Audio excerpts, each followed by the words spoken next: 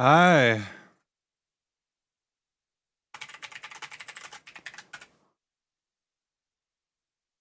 Are we good? Can you see me? Hopefully you can see me. Hopefully the sound isn't scuffed. Sup? Sup, Jacob, how you doing? Welcome to the live stream. I have some news to share before we get into this. In case people are unaware, I have just gone and bought the license for the DaVinci Resolve software that I use. And what that will allow me to do is actually have better subtitles for the videos that I upload from this point on across the board, which I'm excited for. It will also allow me to imprint subtitles onto videos that I upload, like these live streams. Like, for example, the 11 where we had to cut stuff. The 11th live stream, I have now got the capacity now to upload that with captions that have been analyzed and created by the software I'm using. They are superior to Google because they bypass the audio alone. They bypass the audio that is coming in from like they bypass the background music and everything like that as well. But they're a lot better. So that's the news. We now have DaVinci Resolve Studio. Thank you to the support through these requests and stuff. The money from that has gone towards it. It's awesome. It's good to have that sorted now. So that should make people who need these captions happier because they'll have it now. And then also, sup, Bam Toll, how you doing? I'm going to open up commissions now, by the way, in case people want to put commissions through. If not, that's totally fine. But yeah, that's good news. So that also, with the patron videos especially, if you guys need captions burnt into the videos, I can probably do that for your patron stuff. I'd prefer to not do it for the YouTube upload so that people can like have the YouTube automated, but I'm pretty sure that like you can, in the options for the software I'm using, you can choose to either have it so that it does the subtitles on it, or you can have it as a separate SRT file that you add to YouTube and it processes it like that. So good times. But yeah, so there have been gains, and I'll try and upload a video at some point over the next couple of days, kind of showing a bit of that off. Not that it's revolutionary to have semi-accurate subtitles, but again, I'm sure there'll be an improvement on what we have at the moment. So yeah, how you guys all right? Having a good day so far? Hopefully you're enjoying yourselves. Does that cover that when I do that? I think if we go to the top of that, maybe it does. No, so we have to go, we'll just go down there. You guys can see the queue from there anyways, that's totally fine. What do we want to do? Music news? Not news. News is depressing. Music news. I still don't know if I like Billboard that much. Lauren Hill says UK and Europe tour dates are moving forward as planned following North America cancellation. Bon Iver rally support for Kamala Harris and Tim Walz for Battle of Cry. Okay, I don't necessarily... Oh, so that's Bon Iver, the band. With your more typical accent that AI tends to use, the subtitles should be good. Yeah, well, the reality is, like, literally, when I tested it, when I tested the subtitle feature, I literally screamed for joy because it was just better. I'm not going to pretend it's perfect, but it's superior, and so it's to like a level where the vast majority of the time, it's like sometimes I just speak too quickly, so it kind of struggles a little bit. Something it also does really well is it gets rid of like those kind of sounds. It's it's AI stuff, so it knows when you're going like or and the subtitles actually removes those. It doesn't include those in the subtitles at all, which I thought is incredible stuff. Like when I got the subscription for, like not a subscription, I paid cash for it. When I paid for it and I downloaded the separate version, DaVinci Studio, it had like 59 different AI neural processes that it needed to do with the GPU just to optimize them or something like that. So I think there's also going to be other cool stuff. Like there's a whole lot of extra effects I have now. It also has the ability to potentially remove noise from audio as well as video. At the moment, I need a preamp to boost my stuff 12 dB before it goes into the preamp. That's something I'll solve with a Focusrite later on in the year. I want to get one of these. What are these? These are Focusrite ISAs. They're a fantastic vocal preamp if I remove myself. I want to get one of these guys to be able to increase the gain on my mic after it goes through my my gain boost to my Clark Technic. I want to do it though in a way where it doesn't add noise, because at the moment, just like the Clark Technic plus my SM7B, I want better audio. So yeah, but this is just stuff related to the videos. My audio quality hasn't always been good. Part of that is that I need more gain. I need cleaner gain with the mic, and that's going to happen in November, as I want to get this in November, because at the moment with my company in New Zealand, if you spend over $1,000 on something, it's listed as an asset, which means you have to do depreciation on that, right? But if I wait until Black Friday, it's $900. And it won't be listed as an asset, it's an expense, so I won't have to pay income tax on it. So yeah, that's the kind of behind the scenes stuff, I suppose, that we're talking about today. But yeah, hopefully it all works. I mean, it will work out. It already is working out. So I'll make myself small on the screen. No, no, no, no, no, no, no, no, no, no, no, no, no, none of that. Wrong button. It's not like you saw anything particularly egregious there, but I don't. I'm just gonna just check whether that would be the case. What? Yeah. No, you wouldn't have seen anything particularly bad. It was just like videos that were coming up, stuff like there's nothing egregious. But anyways, moving forward, what else have we got? News, right? So obviously, keeping an eye on requests, but we're just chatting as well at the moment. But if you do, again, if you have a song you want requested, right, intro time.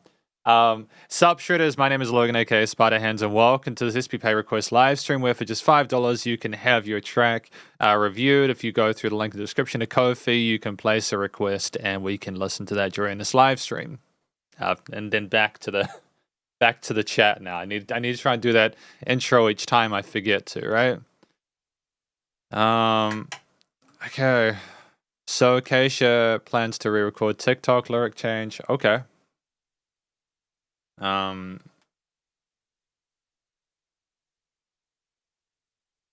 WNBA star Aya Wilson shares bloopers from her attempt at Megan Thee Stallion's viral Mamushi dance. Taylor Swift Vienna turned. Oh, dude. That's wild. So they're concerned about a terrorist plot for the for this. Crazy, dude. They thought that there was going to be a terrorism. The Era Tour stops in Vienna have been cancelled following the arrest of two suspects who reportedly planned to unleash a terrorist attack on the show this weekend. That's pretty wild. I wasn't expecting that. That's pretty crazy. I'm glad that they managed to find those people before it happened. That would have been an absolute disaster. All tickets will be automatically refunded within the next 10 business days. That's great as well. That's good. It's just terrible, man. There's a lot of kind of crazy stuff going on in the world, and the last we need is terrorist attacks at a friggin' Taylor Swift concert, right? Barracuda music. With confirmation from government officials of a planned terrorist attack at Ernst Happel Stadium, we have no choice but to cancel the 3 scheduled shows for everyone's safety. See, I think that's just smart, All tickets will be automatically refunded, and it's in German as well. Okay, that makes sense. So that was an interesting story. Cool. Not cool that there's terrorism, but it's cool that Selena Gomez is into Chappelle Rowan. It's great that people like people, I think it's great when you have crushes. Watch the sweet moment Snoop Dogg shares some Skittles with Olympian. Yeah, Snoop Dogg has just been having so much fun, dude. He's just been having so much fun at these Olympics. It's wild, dude. He got to carry the torch. He got to do all sorts of crazy stuff, man. He's even got the glasses and everything like that. He is having the time of his life.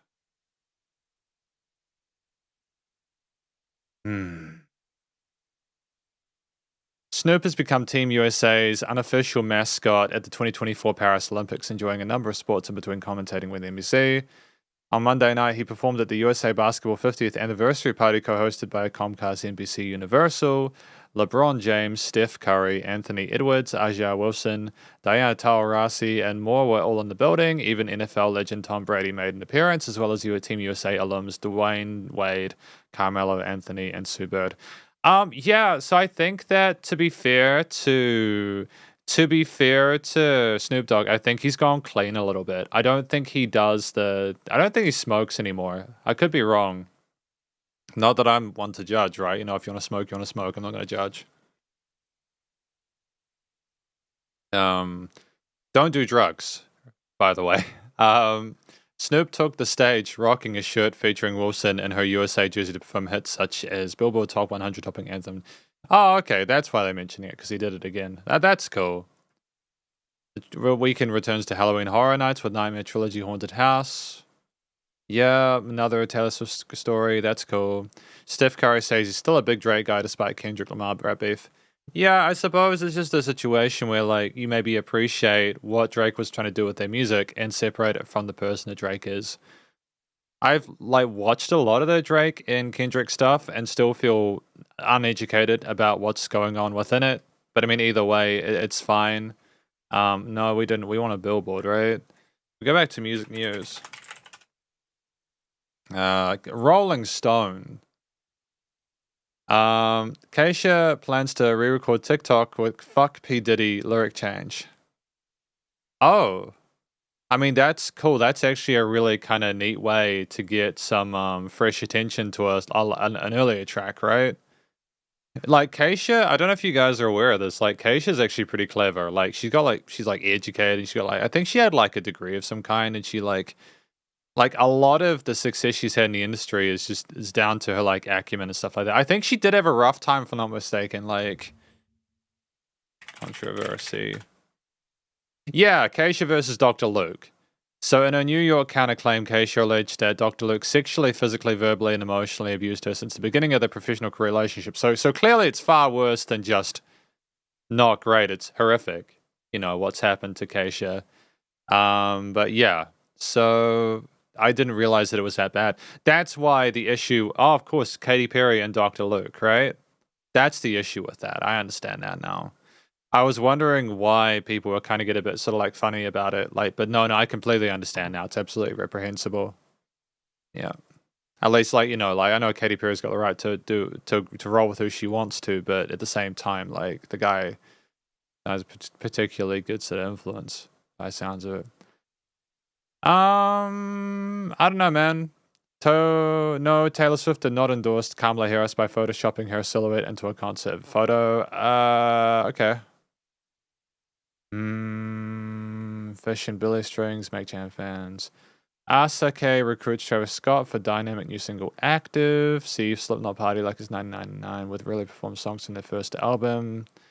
Why Sharers Believe has ruled dance floors for nearly 3 decades. Rod Stewart extends Las Vegas residency. So he's got a residency now. Rod Stewart's doing that stuff.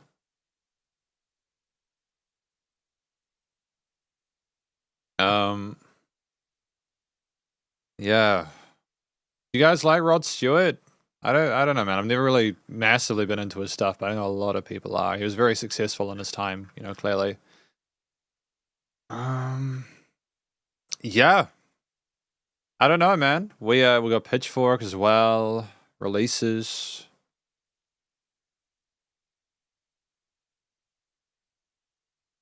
News. Yeah, more stuff about Taylor Swift.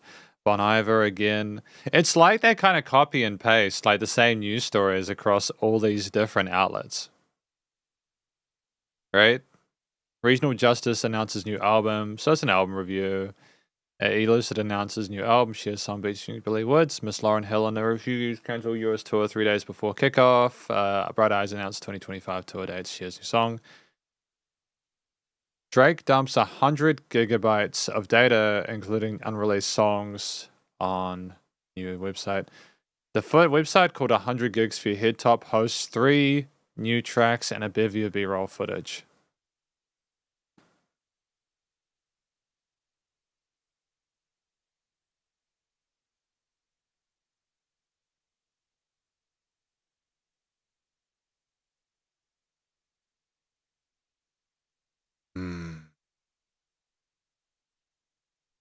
It's like interesting that he's trying to release stuff. It's interesting because he knows he probably can't get a lot of people to buy it just because of the controversy and stuff like that. Even if you're separating like the drama from the music. Bob Dylan, A Complete Unknown gets Christmas 2024 release date. Agate Mass shares new song. Oliver Coates announces new music. Rob Silver, Hour of Shime shares video. Tanash announces North American tour. Yeah, no, I think yeah. I don't know, man. Like, there's like stuff going on in the news, but not a lot of it seems particularly intriguing. Yeah.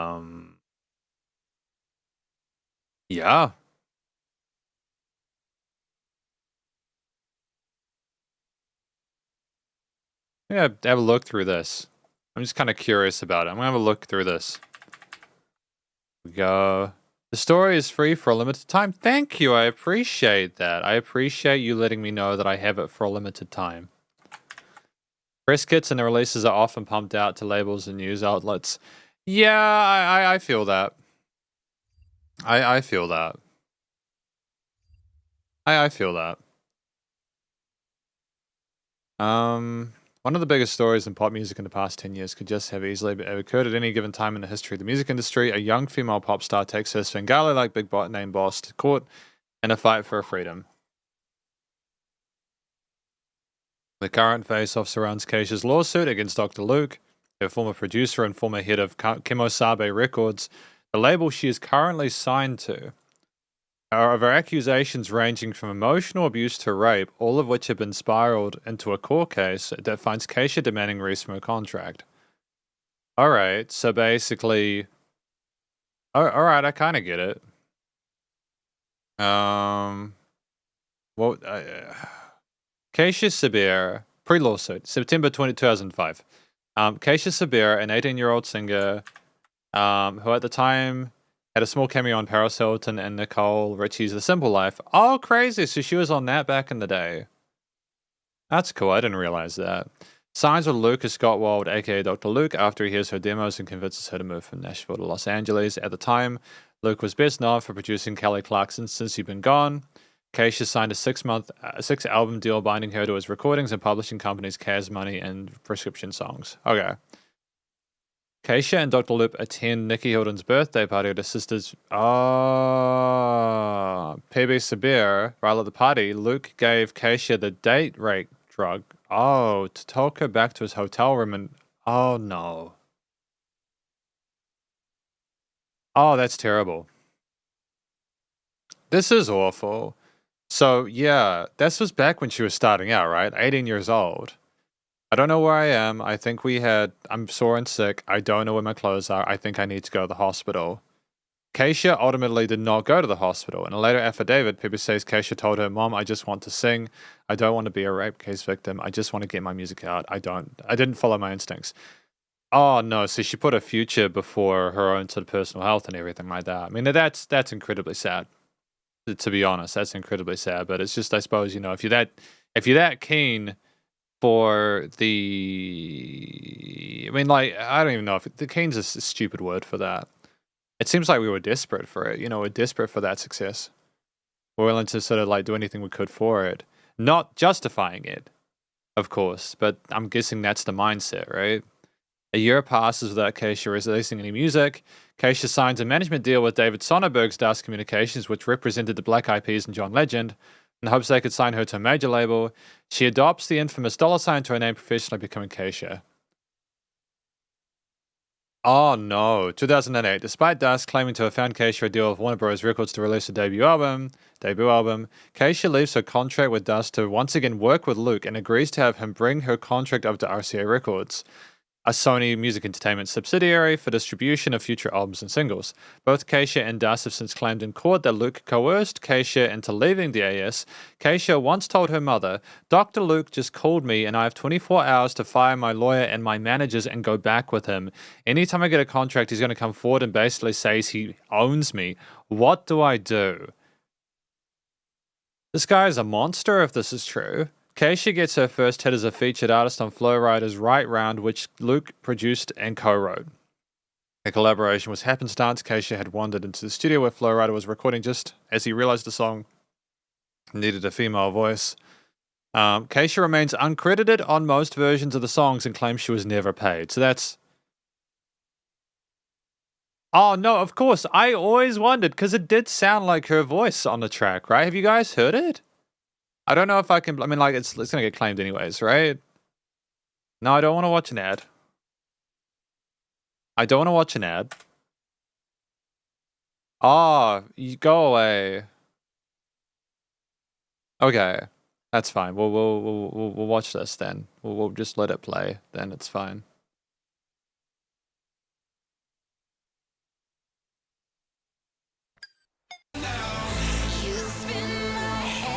There.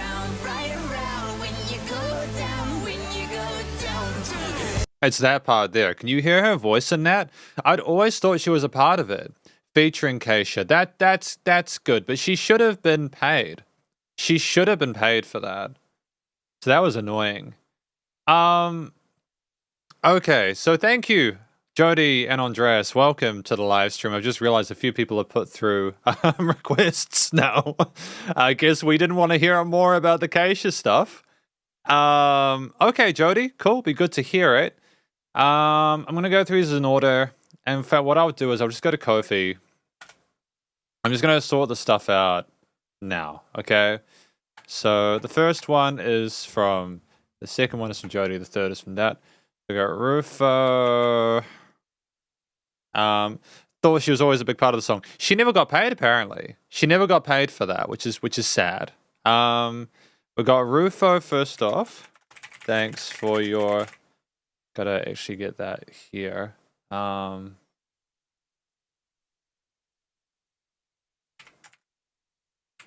Thanks for your request. And then we have Rufo here. And then and that's Rufo. I'm annoyed. I'm annoyed by this. Hang on. Let me just do some finagling. Okay. Because I want to be able to see both stuff on the screen at the same time.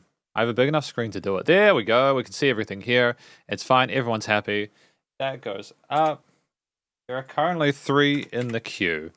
So Rufo, their track is this on Spotify. Put that down here. Yeah. I want to learn more about that. If we don't have more time to look into the Keisha stuff today, I'll look into my own time. But it looks pretty wild, man. No party for Saodong, if I'm not mistaken. Let's go. Let's do it. Let's get started. Oh man, heavy off the bat. Thank you to Rufo for your request.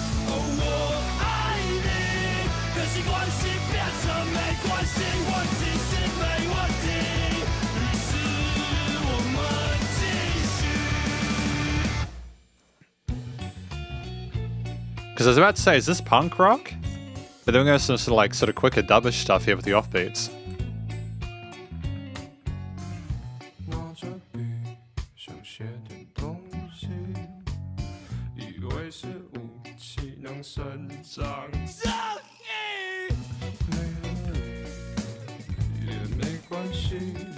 Man, that hi-hat, that cymbal shuffle though.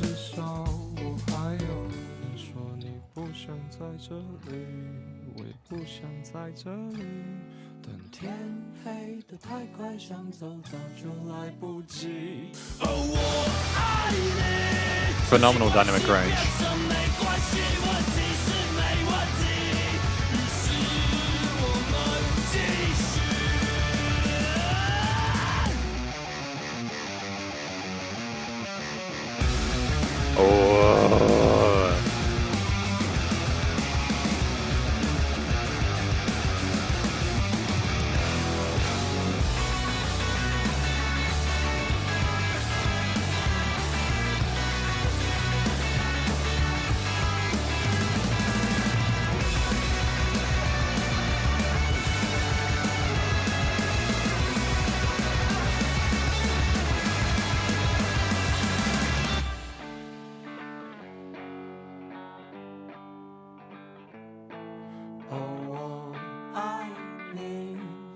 些问题我都没关系，但你离开了这里，于是我们不再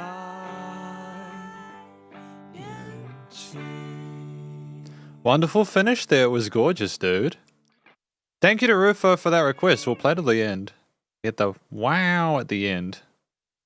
It was tremendous. I don't really know what to make of this. I'm just going to quickly translate the title of this in DeepL so that we can kind of feel it out. But it's a good start to proceedings. Definitely a fascinating track. So there was...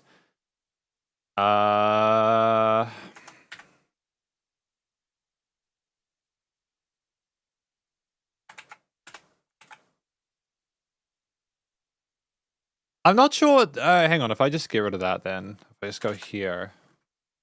So this apparently is called But. There is no party in, and I assume that would be Sao Dong. This track is titled But. If I'm not mistaken. Like, isn't but something. This track is wonderful. I'm not sure what it's about, apart from it being about but. But the vocal style was fantastic. We had a we had a wide variety of different vocal styles within it to suit different genres. We had some punk rock, some sort of dubbish, kind of almost jazzy kind of stuff there, some sort of quieter acoustic, more fragile stuff. We had incredibly sort of like full-on kind of lead elements in there as well. Lots of range there stylistically there. I think the vocalists sort of whatever they had, there was a nice amount of vocal fry in there for some of the harder, grittier parts there. We came down dynamically, great control with the head and chest voice for the quieter bits there. We matched the intensity of the rest of the arrangement there with the guitars, bass, and drums there. Fantastic tones to the instruments, including distorted as well as some of the clean or kind of like dusty kind of tones on those strings there. Mixture of some like tremolo pick parts and power chords. And some interesting chord choices as well, maybe some even arpeggiated picks. Occasionally, the bass line being very sort of supportive of the brute notes for the most part there, sort of more as a foundational element there with the drums, adjusting with both pace, going half time or off beats there, or double time with the kind of almost galloping stuff in the early sections there. Great performance proficient across the kit without a note out of place there, tight for the band. The overall theme, I'm not quite sure what it was about. I feel like it was more of a kind of exploration through different parts. I think I'd kind of need to know the lyrics of the story to sort of fully understand the actual piece more in regards to its structuring, but very interesting regardless. Great use of time.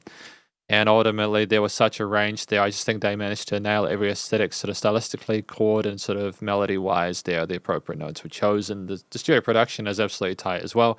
Phenomenal dynamic range, especially that build up into that kind of heavier part in like the midsection there was just a fantastic rise. It's just testament their awareness of how to sort of control that kind of stuff. It sounded like a live performance. Clean as hell. Fantastically heavy. Thank you to Rufo for that request. That is our first track for today. Great start to proceedings there from Rufo. What do we have next? And by the way, in case I didn't say it before, hello, Andres. How are you doing? Hopefully things are going well. As well as to Jody and everyone else. What do we have next, though? Do we have anything else to add to the queue? We have Jody's track, as mentioned. So this is Jody's here. What is this one? Cool. All right, sweet. So we're going to be reviewing a track from Jody next. This is a new track from them. So I think this is an original, if I'm not mistaken. I have reviewed Jody's work in the past, and I have enjoyed my time with it. So it'd be good to hear more. This is titled Venture, as I understand it. So we're going to open that up here and go with that. Track number 2 for today, Venture. So this, I'm going to add that in. It's Jody Ellis. Jody.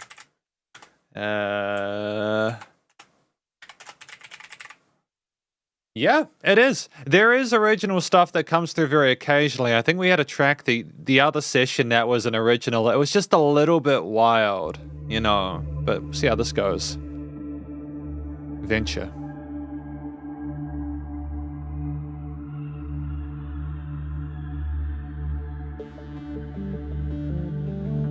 Great sound design there with the synths.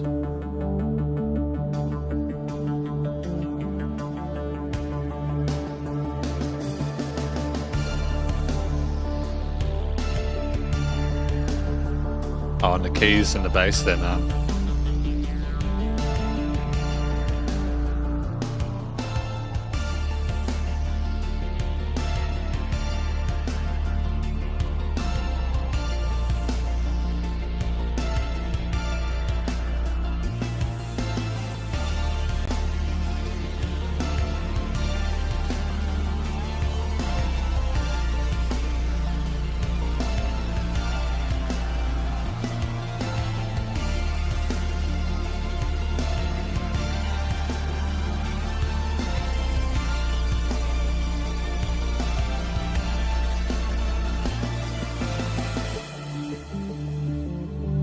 I like how we have that lead there, it takes the stage, and it allows something else to occur to come down like that.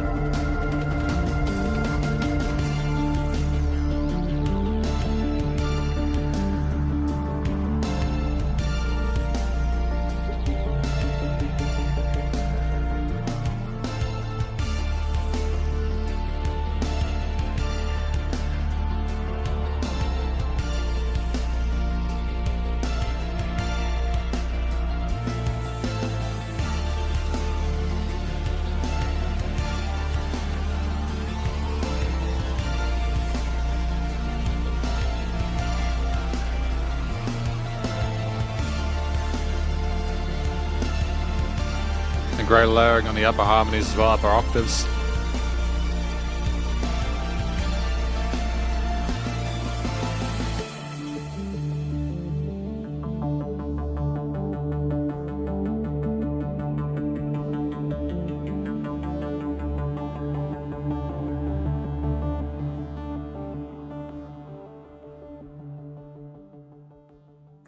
A really classy finish as well with things going down with the automation of the volume and sort of like maybe the tails on those envelopes.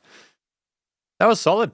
Thank you to Jody Ellis with their track for, titled Venture. I enjoyed my time with it. As an instrumental piece there, to me it sounds like we were going on an adventure of some kind there. The sort of sci-fi, sort of kind of cyberpunk-esque kind of elements of it worked really well together. We had a mixture of different elements. There were several different synth parts, some like maybe like there was some like a portamento lead, and you had kind of some down bar kind of stabs on the sides there, some pads, some really wonderful basses, and we had some sequences, the dum dum dum dums going on the side there, as well as some drums. With like the drums, were they prevalent?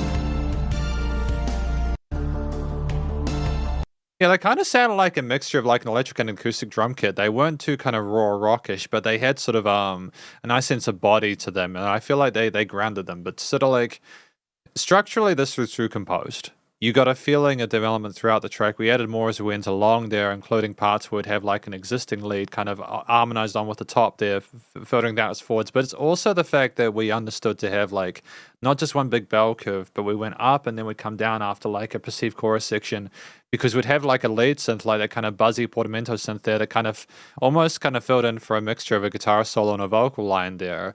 You can kind of imagine a singer fulfilling that role over that without it needing to have a story being told. It's more of an adventure because you don't know where you're going with it, and there's unpredictability, whilst the note's still kind of retaining a sense of kind of connection there through loyal application of like the key signatures and like understanding how the sort of scales work together and everything like that. Lots of different grooves rhythmically within the piece there. Some of the sequences, the 16th notes, 1, 2, there. It was kind of slow, but it didn't seem slow because of the wide variety of rhythms within it from different instruments kind of niching together in different parts of the frequency spectrum, as well as kind of intersecting each other and kind of taking turns and everything. Things weren't the same loudness and time at time either. Again, after that sort of first kind of chorus section with the buzzy synth there, you came down and kind of there was like a bit of filtering, a bit of post production as well to kind of mess around with the perception of the way those instruments sounded there, to kind of make it a bit more sort of like unpredictable and interesting there. There were twists and turns compositionally, whilst retaining a similar sort of motif for quite a lot of it. There were variations in how things were sort of niched again, as I mentioned, in the frequency spectrum, but not in the way which was superfluous. There was no filler in here. The studio recording composition was tight. Sounded like it could be a movie soundtrack. Very well produced there. Great clarity to things EQ'd neatly. Great use of fixed chains and automations and stuff like that, and reverbs and delays and such. And sounded fresh.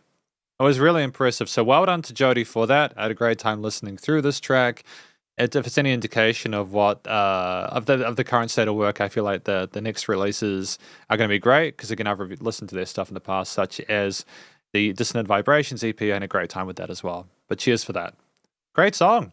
Yeah, no complaints about that, at all. I think it's one of those tracks where you kind of can make your own sort of mind about it. I don't want to sort of like be like, hey, you should think about a track like this. But I feel like if, there's enough there to kind of help you sort of like understand it, and kind of make your interpretation of it. But nonetheless, very sort of like well worth listening to. But that's that. That is Jody's for today. It was great again. If you're watching this and you've got an instrumental track or like an original track you'd like to put through, feel free to submit it. It's good to listen to originals as well as people's favorite tracks. This next review, by the way, is from Jacob Good. Jacob, thank you, Jacob, to you for that. We've got 2 in the queue because I think Rufo has submitted another one, so I'll put that afterwards. But yeah, Jacob, this is thanks for your request. What do we have? We have TRA and then PG1 Burn. It's the Rap of China quarterfinals celebrity partner around PGM1 as a competitor. This should be good. No, I do remember who PG1 was. I think that we've listened to them before, haven't we? If I'm not mistaken. I think we've listened to them before, and I had a pretty good time with it. They were very, very quick, if I'm not mistaken, or at least they were very articulate. But we shall continue. And yeah, again, this is a PG1, the Rap of China. Moving forward with that, we've got an advert for... That looks like Ellen. I don't know if you guys can see that. That woman kind of reminds me of Ellen, and that makes me uncomfortable, I don't necessarily like that too much, but that's okay. Context is this is quarterfinals in the first Rap of China, and rappers give 2 to 3 days for each performance during rehearsals. PG1 with his complex lyrics and flows completely forgot his lyrics and ended up freestyling, hilariously competent. That's fantastic.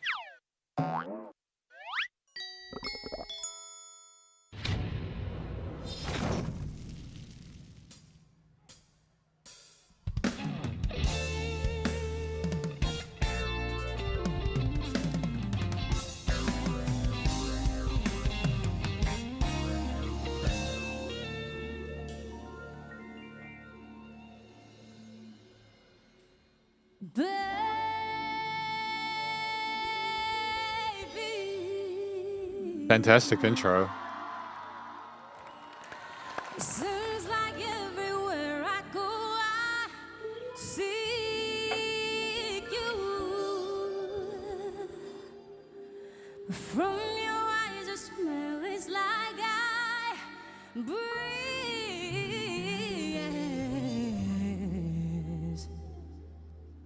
Well, helplessly I reminisce, don't want to compare nobody to you.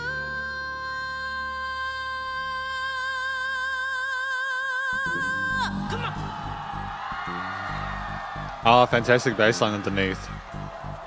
Incredible vocal performance there, great technique.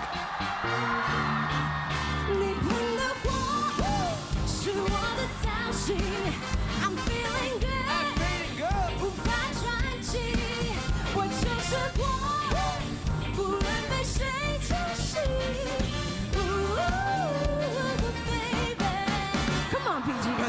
抓不准 call me cap 的加速，歌词把他们刷的粉干掉，你 no problem。大部分人在跟风跟着跑，1分钟让明白中文都否真的哈。baby， 现在我飞在空中，怎样的我也别飞在风中，让你知道现在很多空洞，让他们都知道我的每天风中。收工后的看见更加透彻，每天正在疯，我等的都是周和变成一个 soldier， 还是 loser， 让你知道每天晚上还是 smoker。Yeah， 慢慢的看过了一切，所以说做这风衣的音乐还是 jazz， 我已经无所谓，让你知道这种音乐到底谁不会。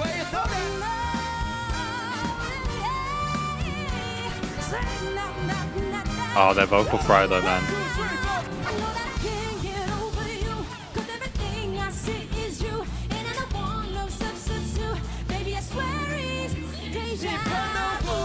Sup, Kaiwin?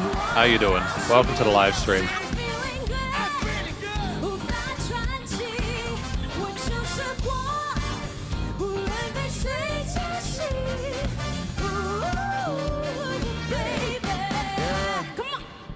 Like Chris Wu， 能力维持住，他们都吃醋，让你都是糊。没错，每天都是在这 freestyle， 你也知道，从来我都不会睡觉。参加这个比赛，输了不会理白，让你知道我从来不会厉害。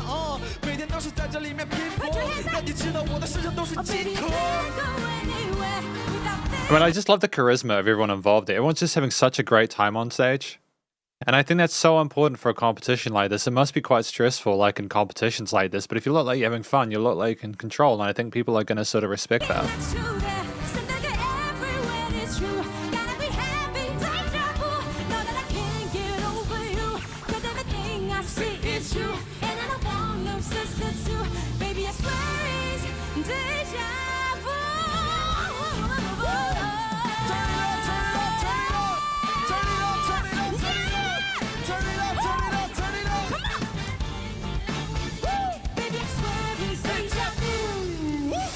I mean, like, if he like forgot his lyrics and he just ended up freestyling that, that's incredible, dude. I want to let this play out.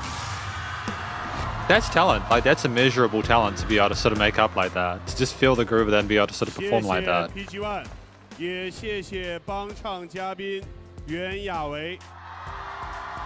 就老万，虽然说他背了歌词，但是还是好像没有背到，但舞台效果他 freestyle。 So, like, what is technical about this freestyle is that he went for double rhyme schemes, even though he forgot all his lyrics. Unfortunately, he did to go for an elimination round. See, that to me is wild, man. I can't even fathom how you would come up. The judges still find the lyrics so important. Yeah, I feel like you know, the guy could probably come up with some dope lyrics if he had time. Stage adrenaline can be addictive. Yeah, it can be. Yeah, for sure, absolutely. Yeah, there are some competitions that we watch, and the judges make some really interesting decisions on the people that are involved with them. And it seems like they're making decisions based on some really unusual criteria. But I'm not gonna argue with it. These guys know more. They will know more about rap than I do. Like, these are professional musicians and stuff like that. I just can't fathom why you would go to elimination if you could make up lyrics like that on the spot and freestyle it in that regard. Do you know what I mean? But it's okay. I also don't know how I don't know the qualifications of the other rappers involved with this. I think we've only really sort of like spent time with PG1 and stuff, if I'm not mistaken. But either way, thank you, Jacob, for that. If I take a quick look through the performance there, I thought that the vocals were incredible.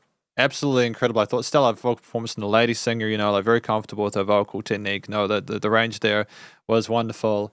And it's just, lyrics ended up just rhyming for rhyme's sake. Oh, okay, I get it. I understand now. Thank you, Jacob. I appreciate that. I think clearly PG1, the rapper, is really good at what they do there. Even if like they were having to do it a certain way, the words came through clearly. Great sense of flow there. Great sense of charisma on stage as well. Fantastic stage presence, and you know, like. Yeah, again, very, very impressively and competent, as you've said there. And I think that they sort of had a great chemistry with the lady singer on stage there, and they sort of sung together, and it was fantastic to watch. They were enjoyable to listen to, you know. I don't know the story of what they were talking about predominantly. If I go back to the start and kind of feel it out, deja vu. Is it about like falling in love with someone again or something like that? I feel like I missed the lyrics in this. I missed the sung section from the lady. Oh, it is, yeah, absolutely. So it's about like deja vu, thinking you're seeing people again or whatever, and it's kind of like that person being on your mind is sort of being like sort of wrapped up in that, if I'm not mistaken. There, that kind of that awareness of someone in your life without you necessarily even trying to have them there. The accompaniment behind it was bombastic. The brass, the bass, the drums, everything behind that, the keys there, they all worked together to in the early stages where things were a bit quieter, to allow the lady singer to have a bit more. Hang on. Tia Ray, should I say, not the lady singer Tia Ray, to have a bit more sort of like sort of space in the mix initially. They were by themselves. But then as you know, PG1 came in, things built up, things were very sort of energetic. And yeah, effectively, I think it was tremendously effective. I think that it kind of highlighted, like it was a cover, I suppose, of that initial track. But and nonetheless sort of like allowed a relative sense of space for the rapping to occur, whilst also giving enough coloration for, like, enough neutrality in the before I move on, the chord progressions for TRA to sort of explore melodic tails and do all sorts of kind of fancy stuff with those runs without sort of like overcomplicating the overall harmony. And it allowed for, again, the rapping to go as well together.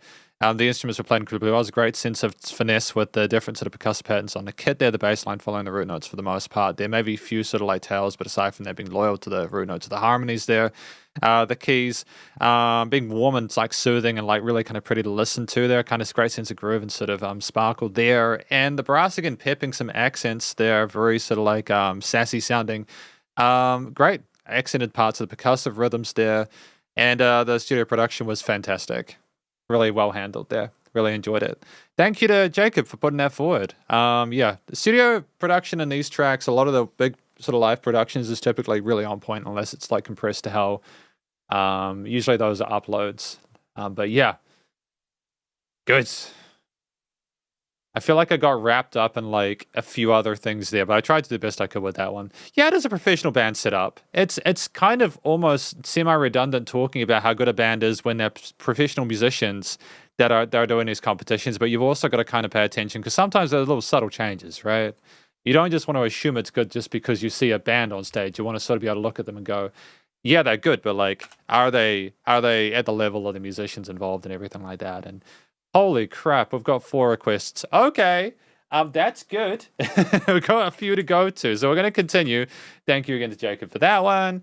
The next one is from Rufo. So this track from Rufo again. Thank you, Rufo. Did I copy that?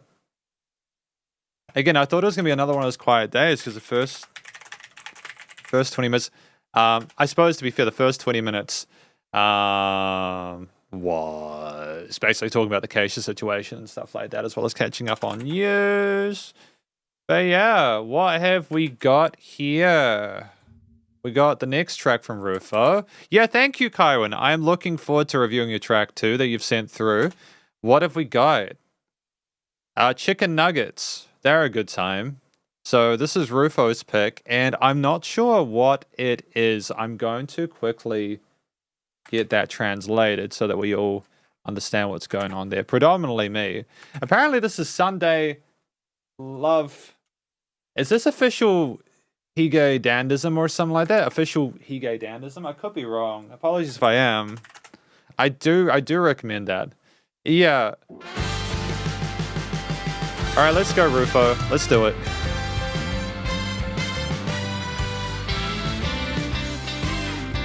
Oh, it's fantastic, man. Oh, no, I'm sorry. I'm sorry. I'm sorry. I pressed the wrong button. Oh, no, Logan. Come on. There we go. Sorry. This time. Hands off. All right. Oh, that guitar groove, though.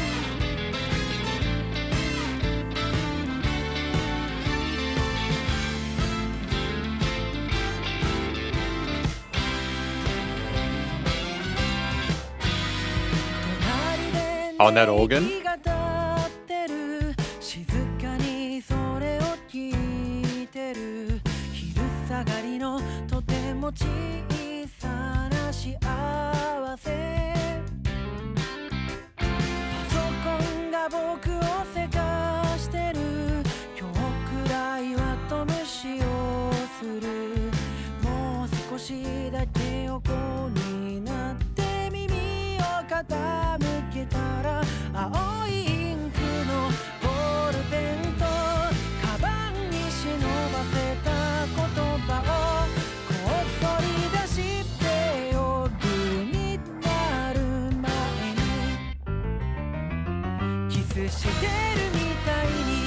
It's so cheery sounding, isn't it?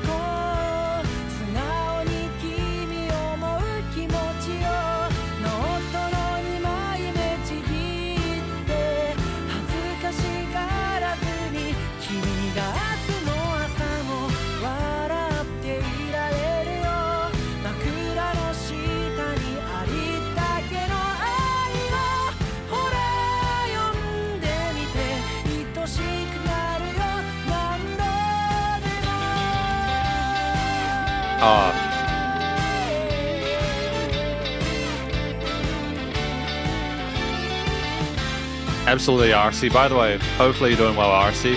Good day to you.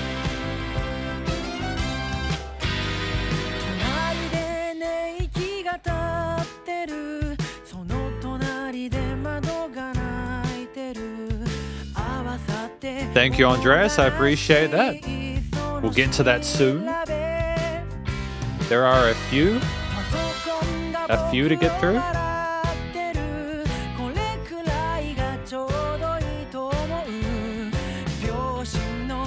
Hopefully you're doing well too, Andres.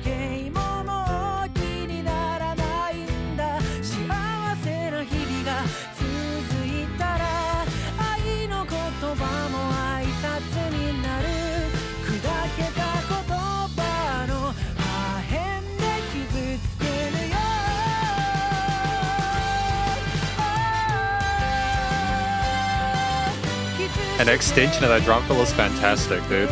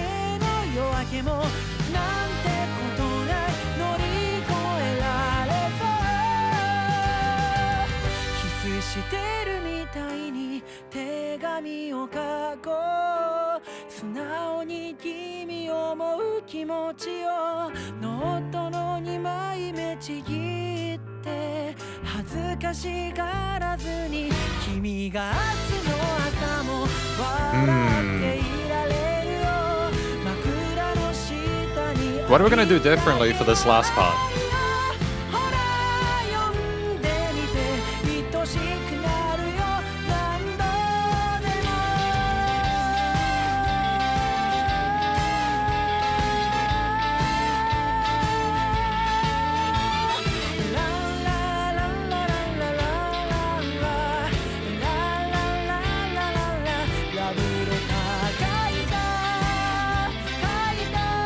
Good, we're doing different vocal runs, that's cool.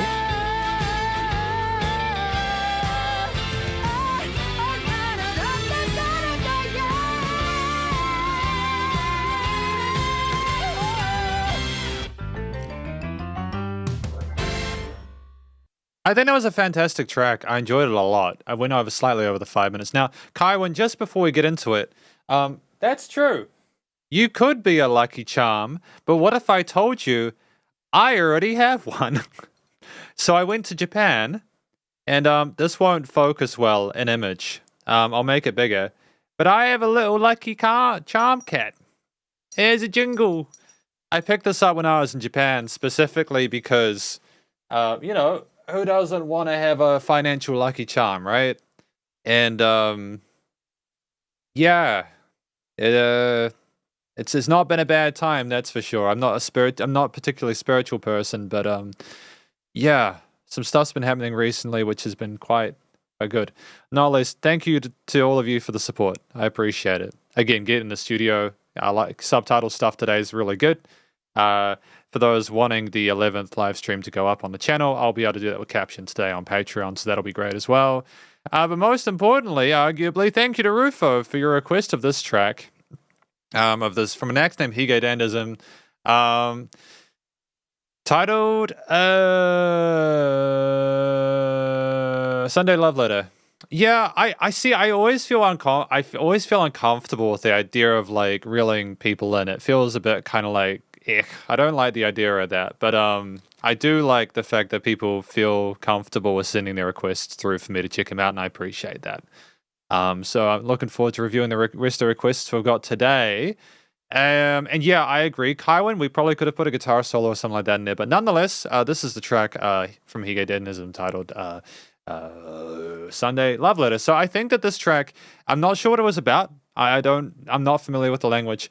I thought the actual vocal performance was tremendous. I really appreciated the tone of the vocals, the exploration of different sort of like the hidden chest voice there, great sort of control vocal technique, and we were very functional within the existing key signatures and like this, and sort of progressions within the backing arrangement there. We knew when to soar, we knew to be when to be a bit conversational, we knew when to put some chromatics or anything like that in there. We didn't just stick to the traditional scales and modes there. We were very flexible, and we had a similarity with the performance was kind of building a bit further in the end there, and sort of separating the verses and choruses in a way that was very sort of like productive. Ultimately, it was a great time, and I enjoyed listening to the singer do their thing. I typically do with official Hige Dandism. But like the actual track itself at 5 minutes 14 is well fleshed out. I think this is one of their older tracks, if I'm not mistaken. It could be one of their like mid-range, I'm not sure. But either way, I enjoyed listening to it predominantly because of the joy throughout the song with their chord progressions and the ideas there. The brass, guitar, bass, drums, and keys were really wonderful to listen to. I think that it was great to listen to the really kind of cheery guitar riffs there, some of the bluesy sort of lead playing as well, and the single coil guitars was great. I like the bass lines there. They were kind of perky and allowed a sense of funkiness there. Kind of reminded me a bit of Stevie Wonder stuff. I think that was kind of dope. The drum parts there with the kind of shuffly kind of thing were going on there had a great sense of energy and sort of finesse around them as well. They were very easy to listen to, very palatable. The organs had some interesting legato parts there, had a great sense of funkiness and sort of unison with some of the rhythm elements on the left hand, was sort of like highlighting things on the right hand and sort of elevating things further in that regard. The brass as well on the top end, they're highlighting mid to high frequencies there, articulating certain parts of the triad there, as well as sort of working as an accent with parts of the percussion, kind of like the previous track, and also kind of working in unison harmony with some of the vocal parts there. It was tremendous. We had a really well sort of filled out composition there with lots of range in it. I would have personally preferred to have had a little bit more sort of like range compositional later along on the track with like an additional sort of lead element maybe in like the 4th to 5th minute part, but just to sort of add a bit of further diversity to it. But I feel as if they still sung it really well, and the track was very, very well without a note out of place, and the studio recording, mixing and mastering was tight. Things are nicely leveled, nice and white in the stereo field there. Sounded like a live performance, very tight band. Nice enough without pumping, with a sense of dynamic range as well. So thank you to Rufo for that track. That was awesome. So what do we have next? Who do we have next? Okay. Let's continue. Yeah, apparently also Japan has lots of different cats, like lucky cats, if that makes sense. There's like there's all sorts of colors of them and stuff like that. They've also got like beaver things or something like that, or tanukis, which are meant to be for like prosperity and stuff like that as well. But we got Kaiwan next. Apparently, so let's have a listen through this. So Kaiwan, thanks for your request. Let us listen through this. This is my debut single 2 years ago, which I wrote in 2010. Thanks for the support, my other tracks, Logan. No worries, man. So I've reviewed Kaiwan's work before. This is another original track. I typically do have a really good time with Kaiwan stuff. It'll be interesting to hear more here. But before we get into it, I'm just going to actually put Kaiwan's name into the request list there and make sure that things are handled there. It is getting close to the hour point of the live stream, so I will need to make a note of that, but that's okay. Either way, it's fine. Let's go. Let's do this. Can I make this? This is the size of it. That's cool.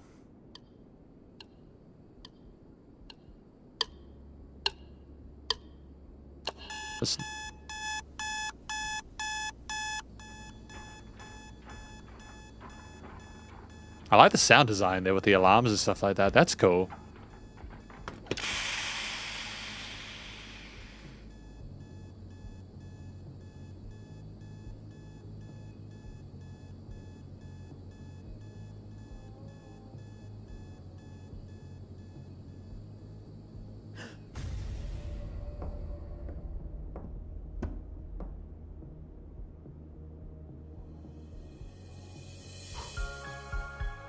Oh, the sweetness of those keys, man.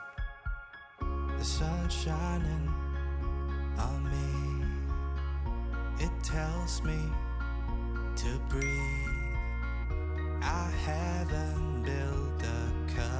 to say that word to you. You know that I'm introverted, sometimes think that I'm perverted. While I wrote you a song, hope you know we should know my feelings for you. Great build there with the instrumental parts. I want you, that's what I'll do. To the east, to the west, I'll go for you. All I need, all I hope is you by my side. Oh, how I wish that I'm with you.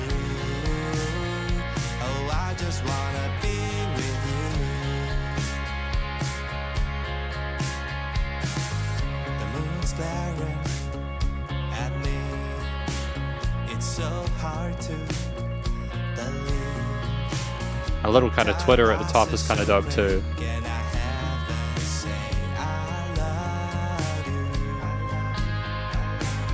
You know that I'm introverted, sometimes think that I'm perverted. So I wrote you the song, hope you know we should know my affections for you. I need you, I love you, that's what I'll do. To the north, to the south, I'll go for you. All I wish, all I want is you next to me. Oh, how I wish that I'm with you. Oh, I just wanna be with you. This song is dedicated to you. You know who you are, so I don't have to sing it directly to you. I need you, I love you. Oh, key change, nice. What I'll do, anywhere that you go, I'll go with you. All I need, all I want is you by my side. Oh, how I wish that I'm with you. Oh, I just wanna be with you. What I've written just for you is my way of saying that. There's a lot of joy in this, isn't there?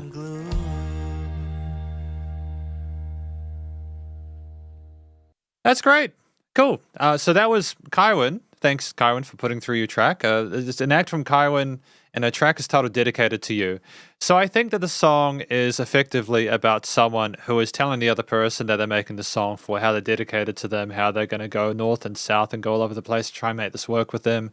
I feel like that is fairly sort of like accessible for most people to kind of get behind there. I appreciate that because sometimes, you know, it can be a little bit, you know, it can be a little bit too ambiguous. So sometimes having it sort of be more straightforward is great. I like the way we sang. I thought that we had some really interesting vocal melodies across the verse and chorus sections. There were typically the main focal point. There might have been some backing vocals in some parts there for like sort of like a pad-like effect, but effectively the vocals were the main focal point for the most track. We didn't have too many other sort of like, we didn't have any other elements try to come in and sort of like overtake that, which I think was fine. For the track to be between 2 and 4 minutes there and kind of develop that was good. The track it was structured with like verse and chorus sections there. We had like interlude, like an intro which was a bit more sort of like subtle there. We had like the noise like with the alarms and stuff like that coming out of the fridge and everything. We had like sound design which was really interesting. I like the way it was mixed in that regard. Yeah, again we had like lots of good Foley in there as well. Like a sweetness of like those kind of reverb keys coming in and like having like kind of like twinkles in the night sky. They sounded kind of cold as well, which was kind of like a cool effect there. A lot of this track was made up of different instruments performing key functions in certain parts of the frequency spectrums to articulate amounts and kind of make it a little bit like kind of well balanced there. I think if I talk about a few of the instruments I really appreciated within this, I thought the drums had a great tone to them. I think there was a nice sort of fullness with the sound of the drum and sort of snare patterns there. The kit was interestingly panned as well there. When things came in with the kicks and snares, they kind of came in, there was like a clap to it there, which added a great sense of pace there without the hi-hats or the simple patterns being too heavy there. It was well handled there.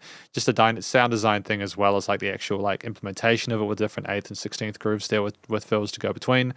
The guitar parts that we had there were nice and jangly there. They were bright. They weren't meant to be sort of like too dark or kind of suffocating there. It was meant to be a track where we kind of celebrated the hope that we had and the dedication that we had. And I think that those chord choices were good without being too sort of like literal with the major and minor triads.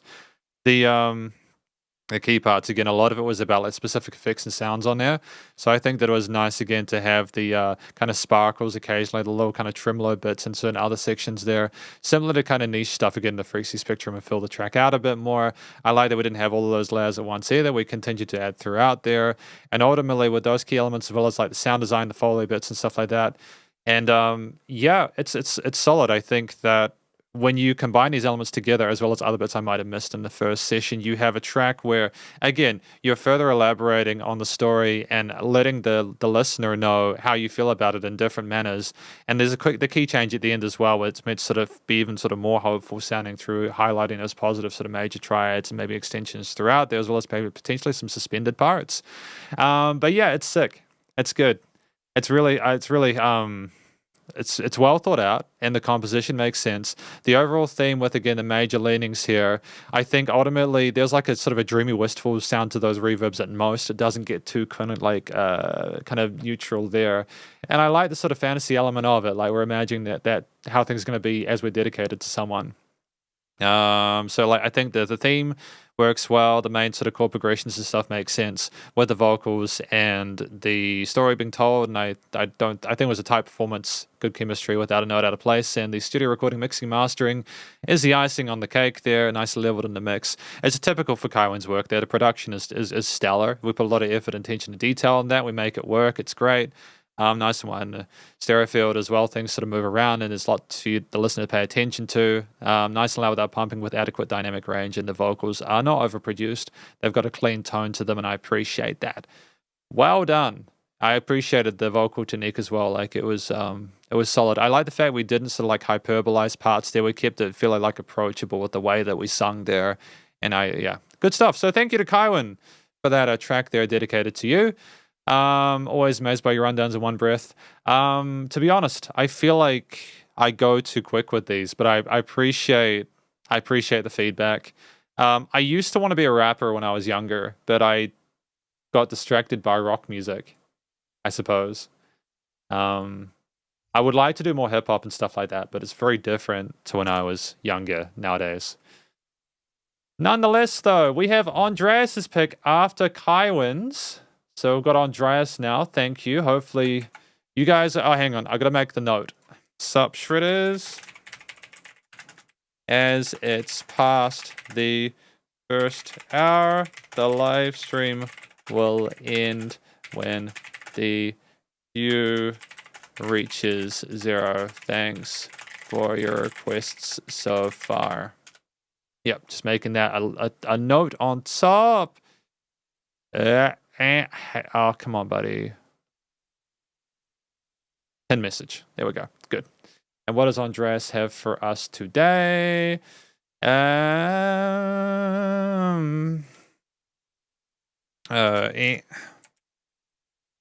for your request. Ironically, I know for some people, the wait for their track may even be too much at this point, because I know that, like,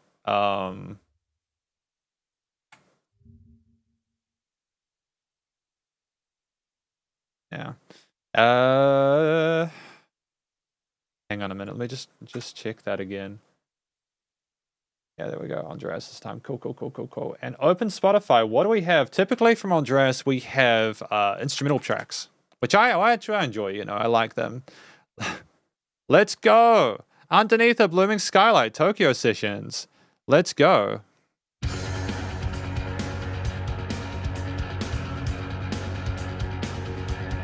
Can I just quickly get the title from this?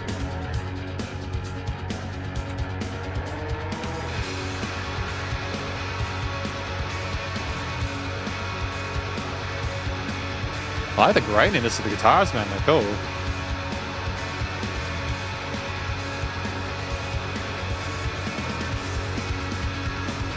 And there's the art for this here as well.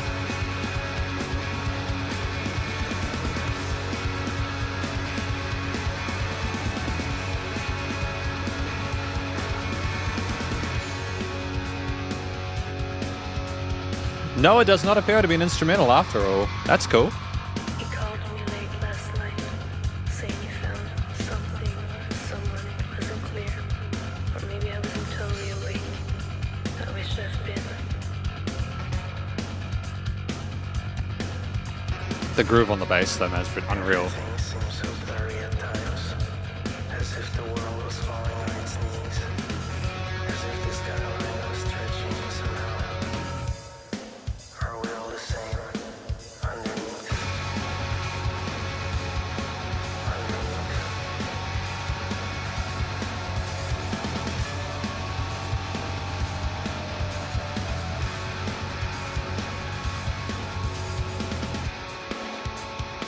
And the drum grooves of the 16th patterns are tight, man. He said thank you or sorry. I don't know. He sounded good, at peace. He didn't say much. I wish he had. At least for just another night.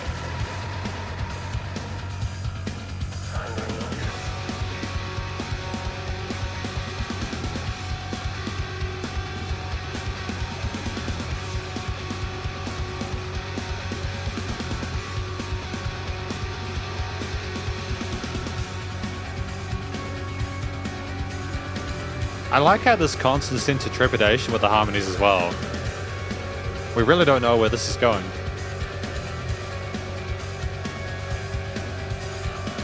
wasn't just a guy. He's always been someone to me. Just glad I had him, if not even till dawn.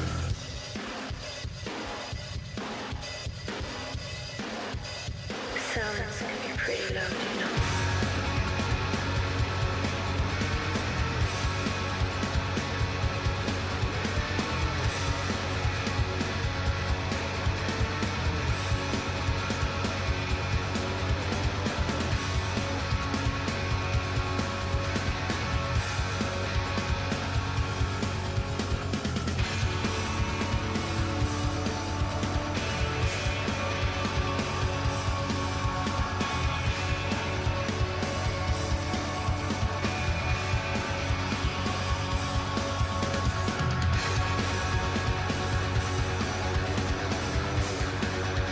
And really unusual guitar tones as well. I like the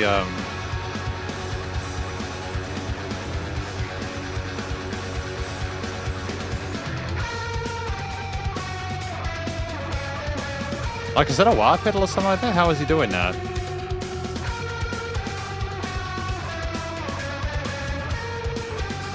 It's like a harmonizer or something like that.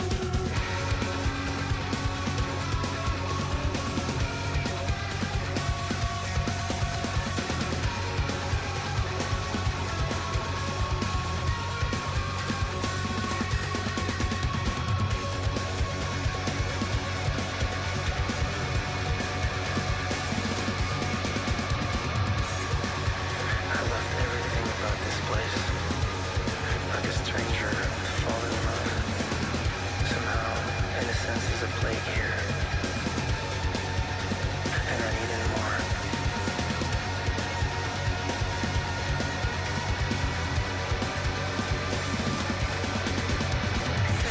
It could be a Moog. That's true.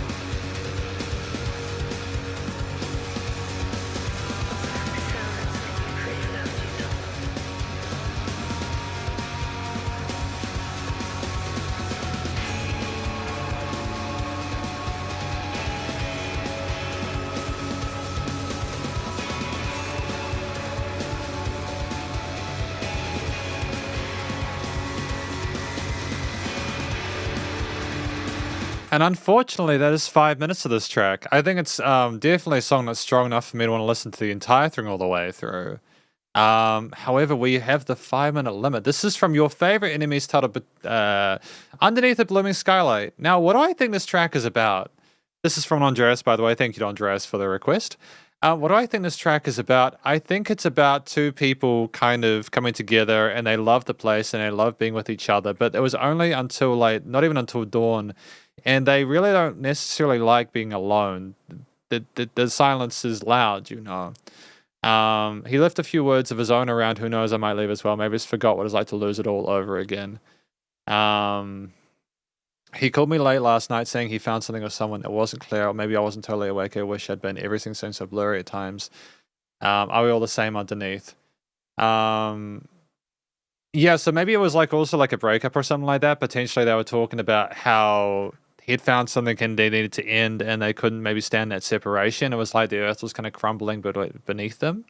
I mean, either way, I think it's a really interesting sort of surreal track there with a lot of really interesting instrumental parts going on there. Seaside Window, but it's also a song where I think that like the vocal style is more about them sort of like talking, having kind of a conversation about it. It was sort of more to represent how they actually were in that situation, like in that phone conversation. Potentially, that's potentially why they had the filtering on the vocals there, which was kind of cool.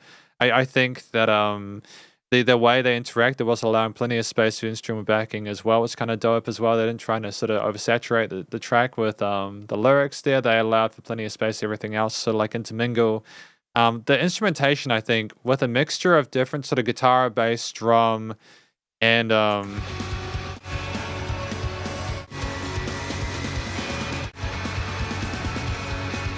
I think that like this track, it definitely featured guitar, bass, and drums. It was sort of more through composed or anything like that, with an existing theme that was very compelling there. Lots of grainy sounding guitar riffs there, revolving around some sort of like grungish sort of unison bend patterns there, some tremolo pick stuff there. Interesting sort of rotary reverb, or like again, it might be a Moog or something. It might be another lead or synthetic solo kind of thing there. But either way, interesting lead tones on top of that, alternating between the vocal lines when they come in there. Things are a bit more subtle when the vocals are being spoken over. But the guitar lines there, they add a sense of boom, boom, da, da. It was like Phrygian mode or something like that. They're working with the zero flat twos, and they color in a way which is kind of satisfying later on. There's a bit of brightness and prettiness for some of the mid to upper range, kind of maybe Strymon reverbs or something, kind of sparkling in the upper end there. That could have been a pad or continuing with the sort of guitar parts, but either way, we had like subtle changes throughout there, which were kind of meant to imply maybe slight variances in the way we see the world. Maybe it was their kind of viewpoint around underneath that skylight. But the guitar parts were nonetheless interesting there. The bass line with the that kind of like 1 and 2 and 3 and the 16th note groove to that bass was incredible, and I love the flow of it there, the consistency of it, the texture of it, the percussiveness of that bass line there, moving the entire way through there. It was heavy as hell. Heavy as hell, dude. It was kind of an underlying kind of persistent movement forward there that pushed you through this track. The drum lines with some really phenomenal 8th and 16th note grooves there, working in some really fast, kind of crazy sounding sort of snare and sort of tom fills later on between sections, especially as when later on to the track. The drums got kind of even wilder as time goes on. We're still providing a sort of almost industrial kind of like a groove behind underneath those guitar and bass and potentially synth parts as well to kind of further kind of make it more of an exciting, interesting time. Ultimately, it was a track where there was absolutely no filler. They absolutely smashed it out of the park there. Again, I'm not really sure. It's kind of a very mystical sounding overall theme there, almost sort of kind of like philosophical in the way we approach the openness of some of those chord progressions alongside the lyrics and stuff like that. It leaves a lot of room for interpretation. And interesting with no particular harsh sort of edges to kind of sort of blur, sort of take things off there. You can kind of get lost in it, and it's very it's fascinating, and I think it was a really tight instrumental performance as well. And just again, the studio recording, mixing, and mastering was tight on this one as well. Nice and wide in the stereo field and headphones. Different parts coming in on different sides there to kind of twinkle. Well, not necessarily twinkle, but like there's different fun things to sort of pay attention to as the music continues there.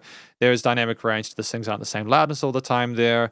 Very easy to understand the vocals as we go along. They weren't overproduced. The filtering was the right choice there. But yeah, ultimately, yeah, solid track, commercial grade. I will be right back. Thank you to Andreas for that pick there. I do like your favorite enemies. And congrats to RC for finding a new band to follow. Okay, be right back in a moment. Just a minute. Boop.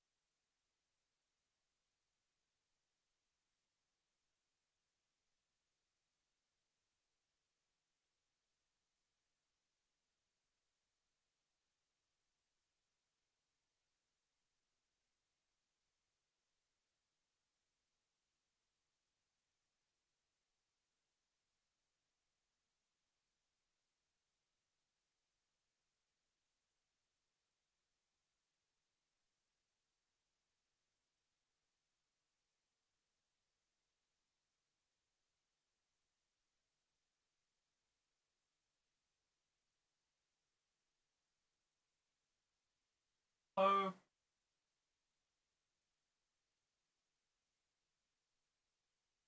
Oh, no, no, no, no, no, no. No. Oh,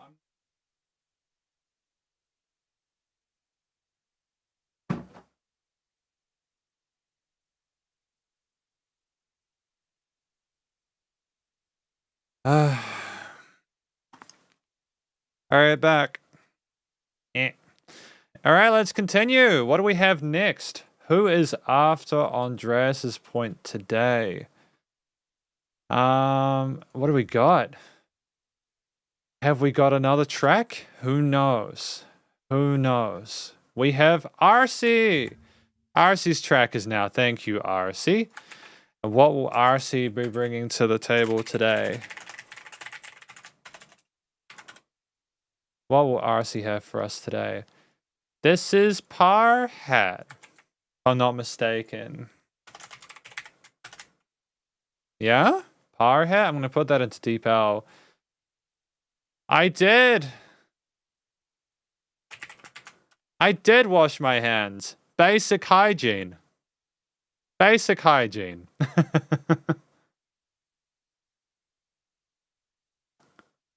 What do we got? Yeah, it's no, not that one. It's this.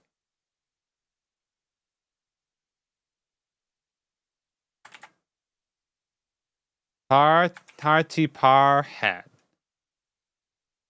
Yeah, Party Parhat. How much love can you do over? Okay. All right, what do we got? Let's do it. It's on YouTube. Let's go. Where is it? Let's go. Let's go. Boom. It has got 2.2 mil views, so that's cool.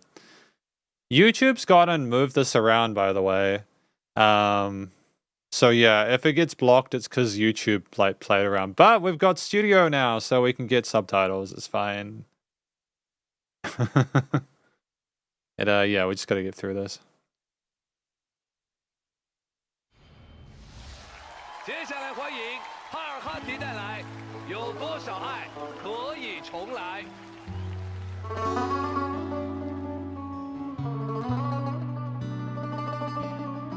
What is... It kind of reminds me of sitar or something like that.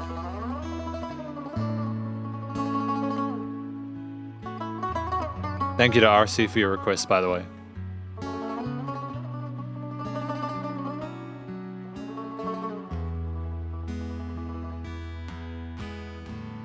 常常责怪自己当初不应该，常常后悔没有把你留下来。为什么明明相爱，到最后还是要分开？ It is a unique voice, sure. 总是徘徊在心门之外。 谁知道又和你相遇在人海，你一路惨败，总叫人无奈。这些年过得不好不坏，只是好像少了一个人存在，而我渐渐明白，你仍然是我不变的关怀。 This is vocal fry that's kind of unique, isn't it? 可以重来，有多少人愿意等待？当懂得珍惜一个回来，却不知那份爱会不会还在？有多少爱可以重来？有多少人值得等待？当爱情已经苍天沧海。 是否还有勇气去爱？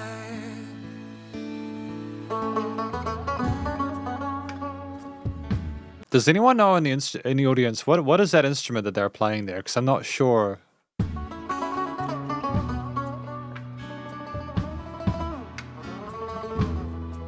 I like it. I think it's a beautiful instrument. I just don't know what it is.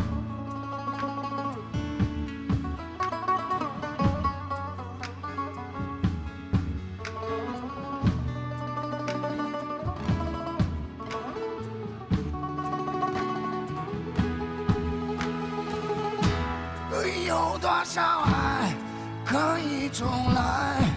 有多少人愿意等待？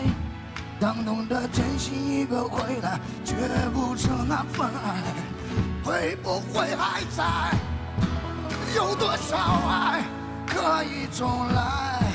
有多少人 Thank you very 值 much. 得等待？当懂得珍惜一个回来，绝不止那份爱，会不会还在？有多少爱可以重来？有多少人值得等待？当爱情已经苍天沧海，是否还有勇气去爱？当爱情已经苍天沧海，是否还有勇气去爱？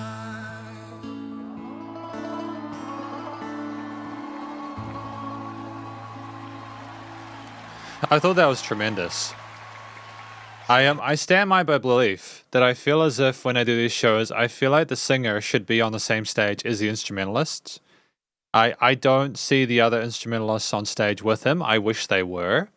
Because I just feel like that'd be a whole lot cooler to show the chemistry between. It's an important part of being a live act to be able to see how the singer goes with the rest of the band, right?